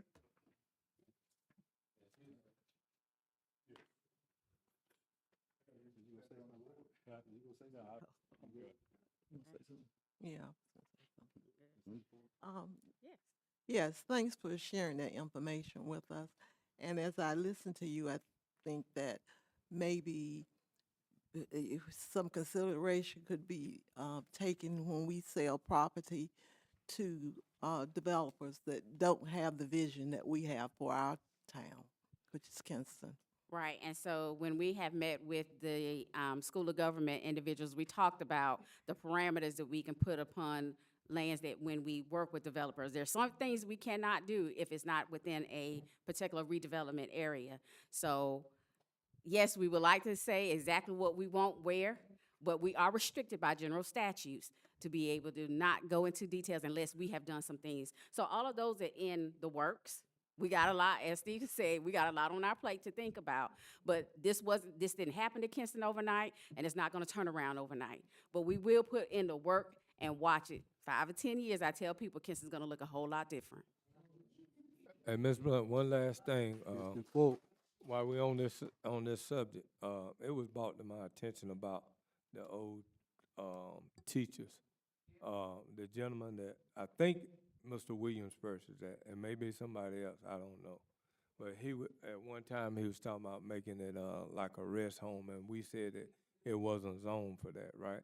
Right, so if my memory serves me correctly, we did meet with the gentleman after he had purchased After the he building, purchased it, right, and talked about certain things that he could possibly do with it, and it did not fit his vision. right, And so, I don't know I haven't seen him since right. and what's going on with that. But one of the things we do highly encourage individuals that want to do development here in the city of Kinston, those that want to buy property, please reach out to our planning department. We will sit down and talk about everything that is already in our ordinance, what can and cannot do. We do not want people to waste their time nor their money. And so, or to put a bad rap on the city of Kinston saying we're difficult to work with. No, we're not. We need to operate within our parameters, but we would definitely be willing to hear you out. And if a text amendment is needed, then we will look at entertaining a text amendment. But let's come in on the front end and not the back end. And that's why I kept saying, before you purchase any property from the city, you need to let us know what you're doing with it. I know there's some legal ramifications on that, but still, we need to talk before you purchase. great job. Anything else from the council? We on that part now? I'm done. Go ahead. Not yet. Oh, I'm done, right? Well, are you finished, Ms. Blunt? I am finished. Well, I mean, that's why I was like, I know she was, because we kind of took her back, we took her back and brought her back, but, you know, I do want to say I appreciate you guys so much, the whole staff of the city of Kinston, for all you guys do, and showing up to answer the hard questions. You know, this is where people get their information. I prefer they get it from you guys and from us than off Facebook, because this is where the facts are, this is where it's in black and white, this is what the law says, this is what's going to Raleigh, this is what's on film. So this is what counts. So I appreciate you guys for coming out and taking the time to, you know, be engaged. The gentleman that came here earlier with the last ordinance, it's one of those situations like she's talking about. Sometimes we flex a little bit so that we can meet the needs of the people. You know, we don't know that unless it becomes an issue, but I'm telling you, this staff has been jumping through hoops to kind of make a lot of this stuff happen. So with that being said and done, anything else from the council? Ms. Blunt's finished. Yes, I do want to thank the rec department for the events they've been having going on all summer to keep our kids out of the streets. We had girls softball at Barnett and at Bill Fay Park for the last couple of months. We had girls flag football. We had an adult league at Holloway. We had a kids league at Holloway, and then we had a girls high school league at Holloway. So we are bringing up activities for our kids to participate during the summer months, and we appreciate all those that took part in helping with those programs, and want to thank Scott and his team for all the hard work they are doing. On another note, I don't want anybody to get upset with me about what I'm getting ready to say, but it's been too long without being said. We have had a history of giving service awards to all the members that served on the council. And I know we had a turmoil of an election this year, and things didn't go down the way it was supposed to go. But I feel like we do need to recognize Mr. Swenson for his 22 years of service, Mr. Suggs for his 4 years of service, and the former mayor, Mr. Hardy, for his 8 years of service. I feel like it's been a tradition throughout my service as a member of the council, and I feel like we needed to go ahead and get that out of the way if we could. So I'm asking to take a motion right now for a vote to go ahead and take care of that issue. So I'm making a motion, yes. Motion. Ready? Yeah. It's been motion by Councilmember Hardy, motion by Councilmember Seaforth, Second. second, well, can you do that? He first and she second. Yeah, he first, he second, yeah. You third, yeah, okay. I'm fourth. It's okay. Made the motion. So, Yeah. so we're taking the motion from Pearl and you're gonna second, Yeah. okay. So it's Okay, been motioned second. by Councilmember Hardy that we acknowledge, award, the previous council for their service, and it's been seconded by Councilmember Seaforth. All in favor, vote by saying aye. Aye. All opposed have the same right. Seeing none, motion carried. Mr. Mayor, can I Yes, sir. call Mr. Steve Miller front and center? Uh-oh. You owe some money? I think recent outages, electricity outage, can you give us an update? I think you went on news and you went on the city's website, but for people that are not here, can you give us an update or what's going on with our electrical? Let me get to him, because he's got a report for us. He does? Yes. Yeah, that's what I Tonight? said. Tonight. Okay, That's what It's gonna be up here on the screen. okay. Well, my second issue is, what was my second issue? Not with you, that was my main issue, but, I lost my train of thought. Let me get it real quick. Snap out of it. She didn't give us candy, for our, normally we got candy up here, keep us kind of woke a little bit. Well, chocolate. But recently, I seen on Facebook a couple of times, you got people fighting, two women fighting, the breasts exposed and stuff like this, children fighting. Then it's kind of like a gladiator type thing. You got people videoing with the cameras and all, and people think it's a joke. Some activities happen after one fight, then some people maybe did a drive-by shooting or something. When people want to bring business here to Kinston or any city, people come and they read the newspapers, they see Facebook things, and we want to give Kinston a better outlook. People need a better outlook of life. People think it's funny, they think it's interesting watching all this stuff, but it gives the city a bad light. I just hope we all can do better and stop the violence. And lastly, make sure you're registered to vote. Election is coming up. If you haven't got your photo ID, you can go to the Board of Elections or DMV and get your driver's license. But it's very important that everybody vote this year. That's all.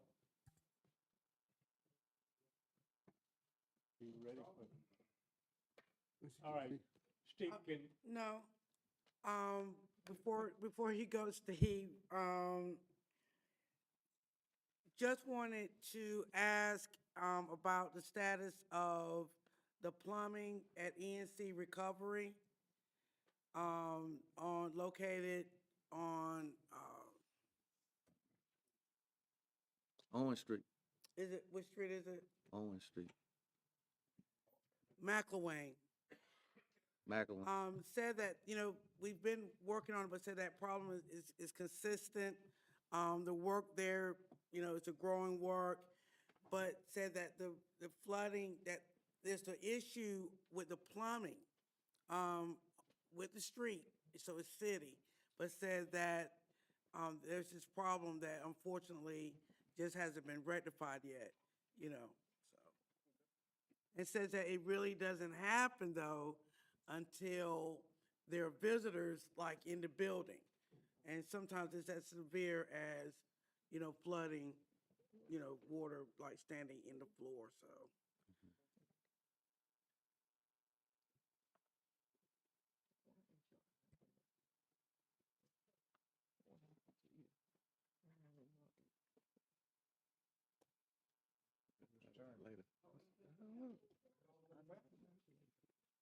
We go to the, you say you had Steve giving a report on your stuff? Okay. Steve report on the power outage. Okay.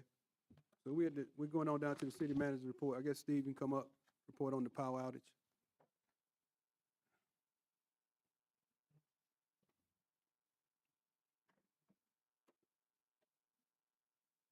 All right, thank you, Manager, and Councilmember Aiken for bringing this up. As many of our customers are aware, we had two significant power outages between July 8th and July 12th. They occurred on our transmission line, and they occurred in the same section of the transmission line each time. So it caused the same customers to go out of power for 2.5 hours each time as we tried to identify the cause and get the power restored. On July 8th in the evening was the first outage, started about 6:15 p.m. When we went out and tried to identify what happened with that, our folks did what they normally do. They start with visual inspections and trying to identify if something has been damaged, if something is still on the lines, because when our systems go down, whether it's on transmission or a distribution line in a neighborhood, if something hits the lines and it knocks the power out, the system is set up so after a few seconds, it will try to reset the power. And if whatever it was, if it was a limb or an animal and it cleared the line whenever the first thing happened, and it's not there anymore, then power will go back into service. However, that didn't happen in this case. So our crews have to go out and visually inspect the line and take a look at it. Then if we don't find any specific issues still ongoing, we will try to manually reset the power and get it started back up again. And that is what we did. We did not find any visual damage the first time we went out. So we tried to reset the line. When we did, it wouldn't reset. So something else was still wrong that we couldn't identify. So then our crews went through the process of switching all the customers that were served by that line to other lines. And it takes a little bit of time to do that. They have to go to multiple locations and actually operate parts of the system to transfer the power to other areas. So that, when they got that done, when power was restored to everybody, we left that damaged line out of service after the first event. When the events happened, we had about 6,000 people out of power when it went into that outage. It involved 4 substations, so it's a lot of folks, and it's about 6 miles of transmission line that's part of that. So when we have to inspect afterwards and find damage, we're having to look at all of that, all those stations, all that line, to see if we can find what caused it. The day after that, our folks went back out, they looked at that line again. When they went back the following day, they were able to re-energize that transmission line. So we weren't sure why it stayed out, so we monitored it for a day or two. Then on Thursday or Friday, we put the power back on the line, put the customers back on the line. Everything seemed to be fine. Sunday morning, on the 12th, that same section went back out of power again. So we were back in the same situation. We go through the same process, trying to identify a physical issue. We couldn't find it. We were able to re-energize the line, but because of what happened before, we kept it out of service. We switched the customers like we did the first time. We've left the customers served by a different circuit ever since that. But we continue to investigate and find out what happened with the line. So that is kind of the process we go through. Some of the specific things that we have looked at, we looked at the transformer that served the line. We actually had a contractor come in and test the transformer to make sure there wasn't any issue with it. It tested fine. That's good. Replacing transformers takes years and takes millions of dollars. So we were glad that tested out okay. We did the visual inspections. Again, Still didn't see anything specific. So then we started looking more specifically at things along the line. That's 6 miles of transmission, about half of it through the woods and through swamps and through back areas. They're not along the streets. The other part's along the streets. That's the easy part to take a look at. So as we did that, we started looking at things. The picture I've got on the screen is a transmission line. This is near Hull Road, but basically your wires are attached to the pole using insulators. Those rods that you see that extend out from the pole to the wire, they do not allow electricity to transfer to the pole. They are specifically to hold the wires up. That's really all they do. But they want to make sure the energy stays in the wire. So we went out, we were going through the swampland. We found some poles that had some vegetation on the pole. And what we started to do after the second outage is we had a contractor come out and clear out all the vegetation, trees, brushes, vines, everything off of every part of our system, anywhere near the lines, to try to make sure there were no issues with that. When they started pulling those vines and everything down and cutting that vegetation off, they found what's in this picture. They found scorch marks on the pole, the gray streaks that you see on that pole. That's where electricity had transferred from that wire to that pole somehow. So that is where it grounded out, and that power was going to ground, and that's why there was no power in the line. It shorted out. So we couldn't find that until we took the vines off the poles to find that and make sure. When we did that, then we took a look at the other end of the insulator. And you can see in this, it should all be gray. But you can see the very end where the line is, has got brown streaks, it's got rust spots. Energy has been getting back up to that insulator at that point. So during the event, and we still don't know if it was a specific lightning strike, there were storms the first time this happened, there were storms throughout this period and rainfall. If it was a combination of lightning, wind that caused things to come in contact with each other, maybe with a tree down below, when things swing around, different things can happen. So we don't specifically know how that happened, but once something like this fails and has energy go across it, then it loses that ability to restrict the energy. It's been damaged by that. It's not visible, it's not easy to see. But when we found this and we found the scorch marks on the pole, we went up and then we replaced this insulator and took it off the pole, put a new one up that hasn't been damaged. So that is what we looked at in that, just to see. This showed the other side of it. You didn't really see any evidence right at it of any issues. It wasn't until they pulled those vines off higher up that we saw that transfer. So these are the things that our folks have gone through and looked at. In addition to this, in addition to the contractor doing all the clearing, we did infrared testing of all of that line that is out of service right now. That is a scanner that we can use, and it will show when there's energy going through something, it gets hot. So it'll glow when you do the infrared scanning. So we specifically looked at these connector points at all the poles. I think there's 42 poles in this section to see if we're seeing anything like that anywhere else, and we did not. So again, we're eliminating things and making sure it's going to stay in service if we put it back up.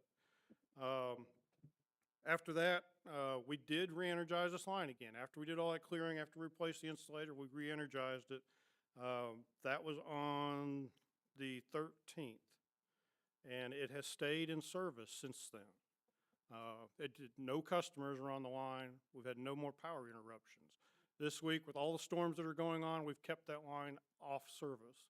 So we're still monitoring and it's energized to make sure there's nothing else that could be causing this during these types of events and causing that surge. We think we've taken care of it, but just to be safe and not have to go through another outage like that, we've left it out of service, and then next week we will look at putting that section back in service and put customers back on their normal circuits. So we've taken all these precautions, and I know it's hard for people. We don't like the power out any more than anybody else. Our folks take a lot of pride in making sure that we keep power on. But when we went through this, we do want to make sure, especially after it happened a second time, that it doesn't happen again. We've done everything we can to try to eliminate the causes of it. So that's kind of where we're at. I hope that helps explain a little bit of what's going on, especially during the outage when you really want your power back up, but especially when it's transmission, it affects a lot of customers. You've got a lot of work to do to get that power restored when those things happen. Do you all have any drones? I know you stated a lot of this is in a swamp area. do you have any type of drone, like, to detect the infrared or whatever, the heat, any, thing like that? The city has a drone that it's actually operated by our MS department, but it's available for different departments to use. It doesn't have infrared capabilities, but it could get you closer to lines to take a look. Because the transmission lines are high, it is hard to see from the ground if there's little damages like we saw in this case. Larger things we can still see, but we just couldn't have anything like that in this one, unfortunately. A drone will probably cost about, The costs of a drone are not extensive. For a city or a municipality or commercial business to have a drone, you have to have licensed people to take care of it and operate it and things like that. Certainly something we can do. I don't know that it would have saved us a lot of time on this because we didn't find things until we were able to uncover the poles and identify where those scorch marks were. our electric bill is not going up, is it, due to this? It is not, and nobody will be charged for the electricity that was affected by the outage during the outage. You didn't get any. So you won't pay for that electricity during that period.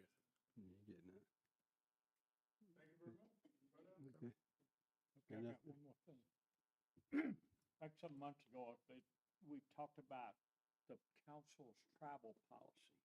And you have a policy for out-of-town travel, but you do not have anything in writing as far as local travel. And there's a piece in your, what we call your monthly supplement or your monthly pay, that's a supplement for local travel. I provided you with an addendum to that out-of-town policy to clarify that and try to get it to where it became part of your policy. And I sent this out a couple weeks ago, so I'm not sure how many of you read it, how many of you got questions about it, or if you were prepared to approve it. I made some minor changes to your original policy by changing a word here, a word there. I changed some shalls to should. I took a section out that where each of you we allocate X number of dollars to each of you. And we have one lump, trying to do this where each of you, it's an accounting nightmare. So I eliminated that, and you have a bulk piece of travel there, and those things we can take care of, and if you use your travel, it's fine. But if you'd like to change your policy, this one was adopted in 23, and as I said, I made very minor adjustments, and in my opinion, does not impact that. But I did add the local travel and incidental cost to it. So if that's your choice if you want to. And basically, it seemed to be the biggest complaint was that auto allowance. This was classified as an auto allowance, and we just classified it as just a general supplemental for local cost. The 25 miles that you were, 30 miles, what it was, you were deducted 50 round trip. Round trip. It was not, it was 25 each way. Yeah, but anyway, I removed that, and where, when you go to a meeting in Raleigh, your miles start right here. You need a notion to approve the proposed policy statement on mayor and council travel in addition to the addendum for local travel. Mayor, I need a motion to approve the additional travel on the travel policy. All right. The motion by Councilmember Ledford has been seconded by Mayor Pro Tem Solomon. All in favor, vote by saying, I got a question about I know it's travel, you said per diem too? All that's part of your, Right. that's all incorporated into your major travel policy. Okay. We go to different conventions, average about three to four a year. And I know you mentioned something about some of the places we go, they may serve lunch or breakfast. But a lot of these places they go, breakfast is a cup of coffee and some pastry. I don't think that's classified as breakfast. I know that there are some meetings that you go to that have a full banquet that you pay for in your registration. Is what that the interpretation of that. It's not where you get pastry. I know that the Electric Cities has a full breakfast one day. They're used to anyway. But what we're trying to do is what's incorporated into your registration. You would just take that out of your per diem. Okay. Because some of those are, is, like you say, Electric City is a couple times we attended, and they give you box lunches like a sandwich, and, potato chips and water or soda, so. Yeah, I think you're big enough and grown enough to make that decision. I don't think you have to write everything down Okay. to do that. I think you're certainly, you're elected and you make your own decision there. Okay. Your travel policy that was voted on does include per diems for travel now. So that is in your travel policy, the meal per diems. And when registrations indicated breakfast will be served and lunch will be served and dinner will be served, by policy, you would not get that meal per diem for that, for that lunch. Right, that's what, and I won't, that's what I was mentioning, because like I said, I like bacon and eggs for breakfast. I appreciate And they that. got to give you a continental breakfast, you know, you gotta wait 4 hours for a box lunch. Yeah, so the policy is restricting the council to have to eat a specific, suppose he has a special diet, I guess, if that came into play. You know, is that, I mean, really, is that what they're saying? Because I'm trying to figure out. Your travel policy was amended last year to make it a more transparent and a more accountable policy, is the reason the per diems were put in, so that it is a structured, and that's IRS regulated, and that is what the norm is for most travel, for most council members in other areas. But right, but is it policy to restrict the council to have to eat at the particular banquet that they're traveling to? That is your Because- choice. Right, that's what I'm saying. I guess that's what Sammy's asking, right? But the policy is if it's provided, Right, you- right. If they provide a meal that goes against my diet, then as a council, I gotta travel and forfeit eating because said meal was provided and I don't particularly eat that meal. That's why, I guess that's where the council's getting you at. don't have to forfeit it. You can go, you certainly can go eat anywhere else, because if you're not full with the meal, you certainly have a choice of going and buying you something else to eat.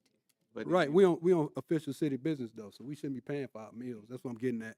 So if we going somewhere and he has a special diet, Because he might be Muslim. and he might be, right, he Mhm. might not eat pork. So how are you gonna take his lunch money? Because they're not serving All what I'm he might saying is eat. your travel policy was voted on and approved so that it is more accountable. Well, And what- it is it is a more accountable use of taxpayers' money. Right, that was a policy that the previous council wrote, right? So we're amending the policy, right, to this council's, to what they want to do when they travel. I guess that's what we're getting at. So there's a disconnect between the ask of the council and what the council's actually getting when it comes to, I don't see where the big issue is, where if he's got a special diet and they're providing a meal at the league or whatever, wherever we may be going, he may not be able to eat that meal. He may not be able to get up in time to get that meal. We traveling out of town or whatever. We may not necessarily get that because we travel together and we don't always eat those meals. So what I'm getting at is that at somewhere in there, you know, are we being restricted to have to eat this because it's included in the policy and saying, okay, well, they're gonna have a meal there, and since they got a meal on here, you gotta eat that even though it's not part of my diet. And then I come out of my pocket and spend my money to buy a meal when I'm traveling on official business. I guess I think that those things are, you are elected officials. You can make that judgment. We're not gonna sit here and question. You're gonna sign off on it. Right. And if you can't eat what's there and you have to buy your own meal, charge it to us. But we need that in the policy so that it reflects that, so that we don't run into this situation later on. I don't know how you continue to, how much could you add to a policy to, because right now, we're just talking about a single subject. Right. But we were talking about two subjects. We were talking about 50 miles, and now we're talking about 50 miles and the meals. So you could continue to add to the policy. Well, it's all the same conversation for the council though. Yeah. Because I mean, when you're looking at these numbers right here, we're not talking about a whole lot of money. And we talking about lunch money stuff also. We're gonna travel and do our due diligence, but I'm just saying, if we're gonna make a policy, it should be conducive to the policy that the council is currently traveling on, not based off a policy that somebody else had, that's Okay. all. Then why don't we sit down and develop a policy that says what you want it to say? This is what I'm mean, talking about. I yeah. agree with that. And see, Let's do what that. you're looking at here, this is about the local travel. Right, That's right. not, have nothing to do with your out of town meetings and whatever. Yeah, I think it's confusion though with the rest of the council about some of these numbers. I don't know if they actually looked at them or not. You Well- and I talked about it a little bit, but you know, until they get on the same page about how this thing works, what y'all want to do? It doesn't bother me, I was just trying to clarify things Yeah. for you, but. Yeah, but you know, before I we don't take a wanna motion, muddy up the water no, if we it goes. good, we good, we good. But before we take a motion, because we was about to vote on this, and if there, we already got a motion in a second. So if y'all gonna put this on the books, So we can still vote for this, right? And we going to BMO Friday, and then when we come back, we'll vote again. I'm not going. But, Ms. Goodson, I don't think we. one of the requirements on the travel is that we bring a copy of MapQuest back from our residence to the location and back to our residence. I don't believe that's in your policy. I don't think that's in there either, I don't remember reading. I saw something recently about MapQuest, an email or something said. All that was just a reference. That's not required. What That's happens just is so if you if tell you us want to. you going from your house to Raleigh, and we can go on MapQuest if there's any question. Right, right. But my thing is, when we went to Raleigh a couple weeks ago, they had 3 different mileage on MapQuest. But we take the lowest or the highest. Sir, all I'm saying is your policy needs to be reflective of what is fair and what is reasonable and what is accountable. If you want to say that you get per diems for every meal that you may be there for, that's structured with our policy, because the policy is if you leave, you get half of your per diem for that day.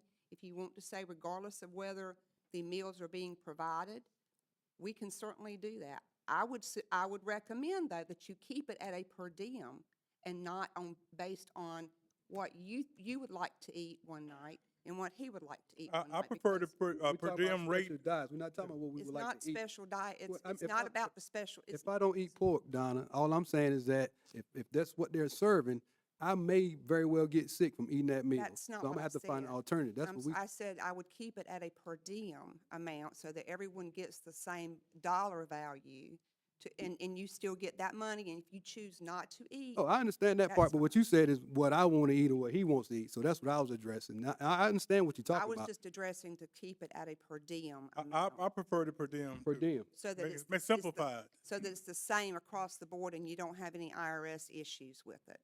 But if you want it in your travel policy that it is for all days regardless of any meals that may be provided, we can certainly put that in there. And if you want to take out what's provided, it's not going to impact us. I mean, it's not going to impact the budget any tremendous amount. So if you want to remove that provision that talks about if a meal is provided, yeah. I'd like to remove it. Just go straight per diem. I eat at McDonald's. What'd you say? He said McDonald's, so he's good. Oh, no. He's good. I'm sorry, what did you say? He said he eats at McDonald's. He's good. Take it off the floor. Get the motion off the floor. Yeah, we can come back with a new revised policy. Yeah, just whoever, Hey, I make but, a motion that we, No. practice. who Hey. seconded the motion? Ms. Sullivan. If you'll withdraw your second, he'll withdraw his motion. We'll take it off the floor. hey, but hold on, we got to go out of town Friday. What about them?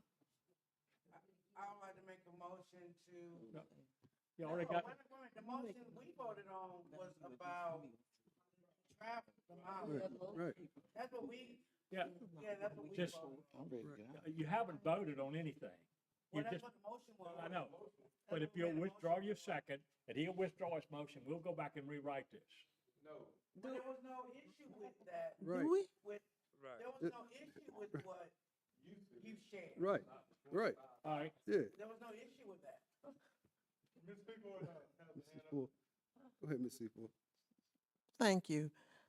I think our time is valuable, and I don't think that we need to spend this time on food because we're here to serve our community. And I think what has been presented is enough for us to have and move on. But I'm not in agreement with this. I've never been in a meeting where this has been discussed, and I've been a state employee for 57 years. And I've done well. And whatever they gave me, I'm thankful. But I just don't, that's Barbara Seaforth speaking. Yeah. We are servants. I'm not going to sit and quiver over a meal. I'm sorry. Thank you. Your choice. It's not my I second Ms. Seaforth. What? You do what? What the hell he say? What? No, A second what? We still have a motion on the What floor. y'all, come on, man, let's, you know what? Listen, we gotta conduct business here, so what are we doing? I mean, y'all wanna carry this motion so we can get out of here? Come on, council. I withdraw my motion because I'm ready to go. Oh, they just getting too much. They took it out of context. Why are we withdrawing the motion for? Oh, my bad, my bad. What you say? Say that. It's only for the travel. Oh, I motioned it and you seconded it. Why would we keep going through? You get your- Oh, no, I didn't.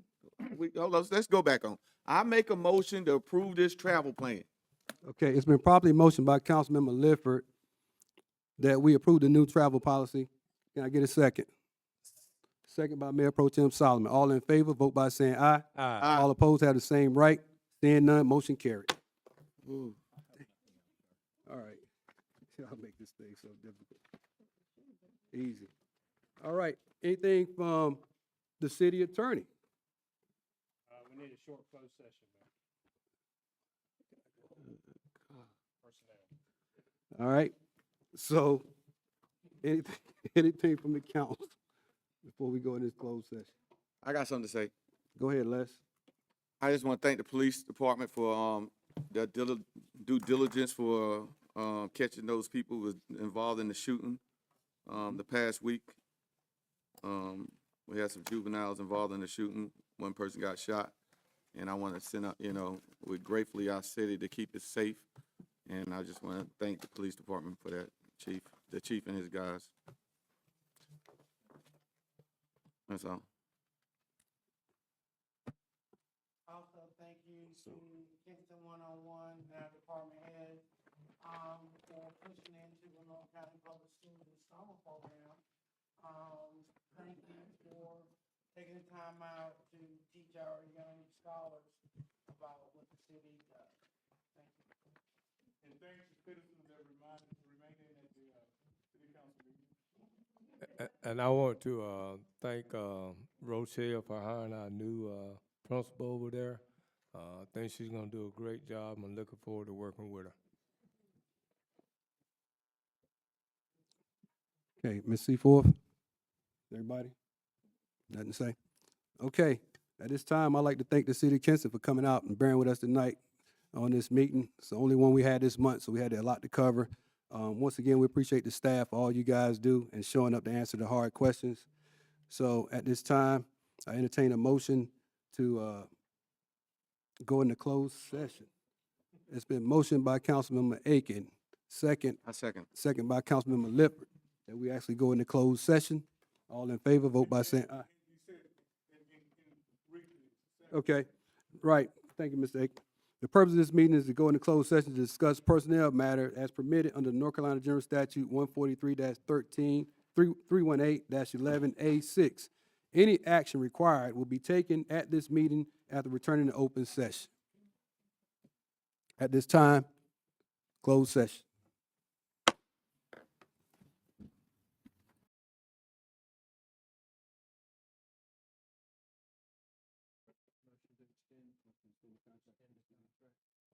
So do we need to come out of motion? We need to come out of closed session first. You're out of closed session. Mhm. Okay, at this time, I declare this meeting back open, out of closed session.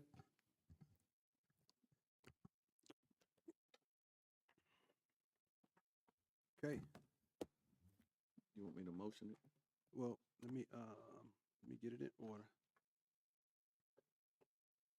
We're now officially out of closed session for discuss personnel matters that was as permitted by the North Carolina General Statute 143-318-11A6.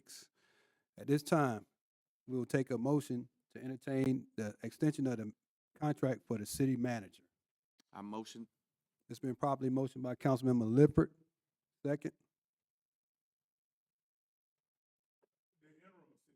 The interim city manager, Ralph Clark. It's been properly motioned by Councilmember Lippert. And a second by Councilmember Aiken. All in favor, vote by saying aye. Aye. All opposed have the same right. Seeing none, motion carried. Okay. At this time, if there's nothing further from the council, I'd like to entertain a motion to adjourn. Motion. It's been Second. It's been properly motioned by Councilmember Hardy and second by Councilmember Lippert that we adjourn this meeting. All in favor, vote by saying aye. Aye. All opposed have the same right.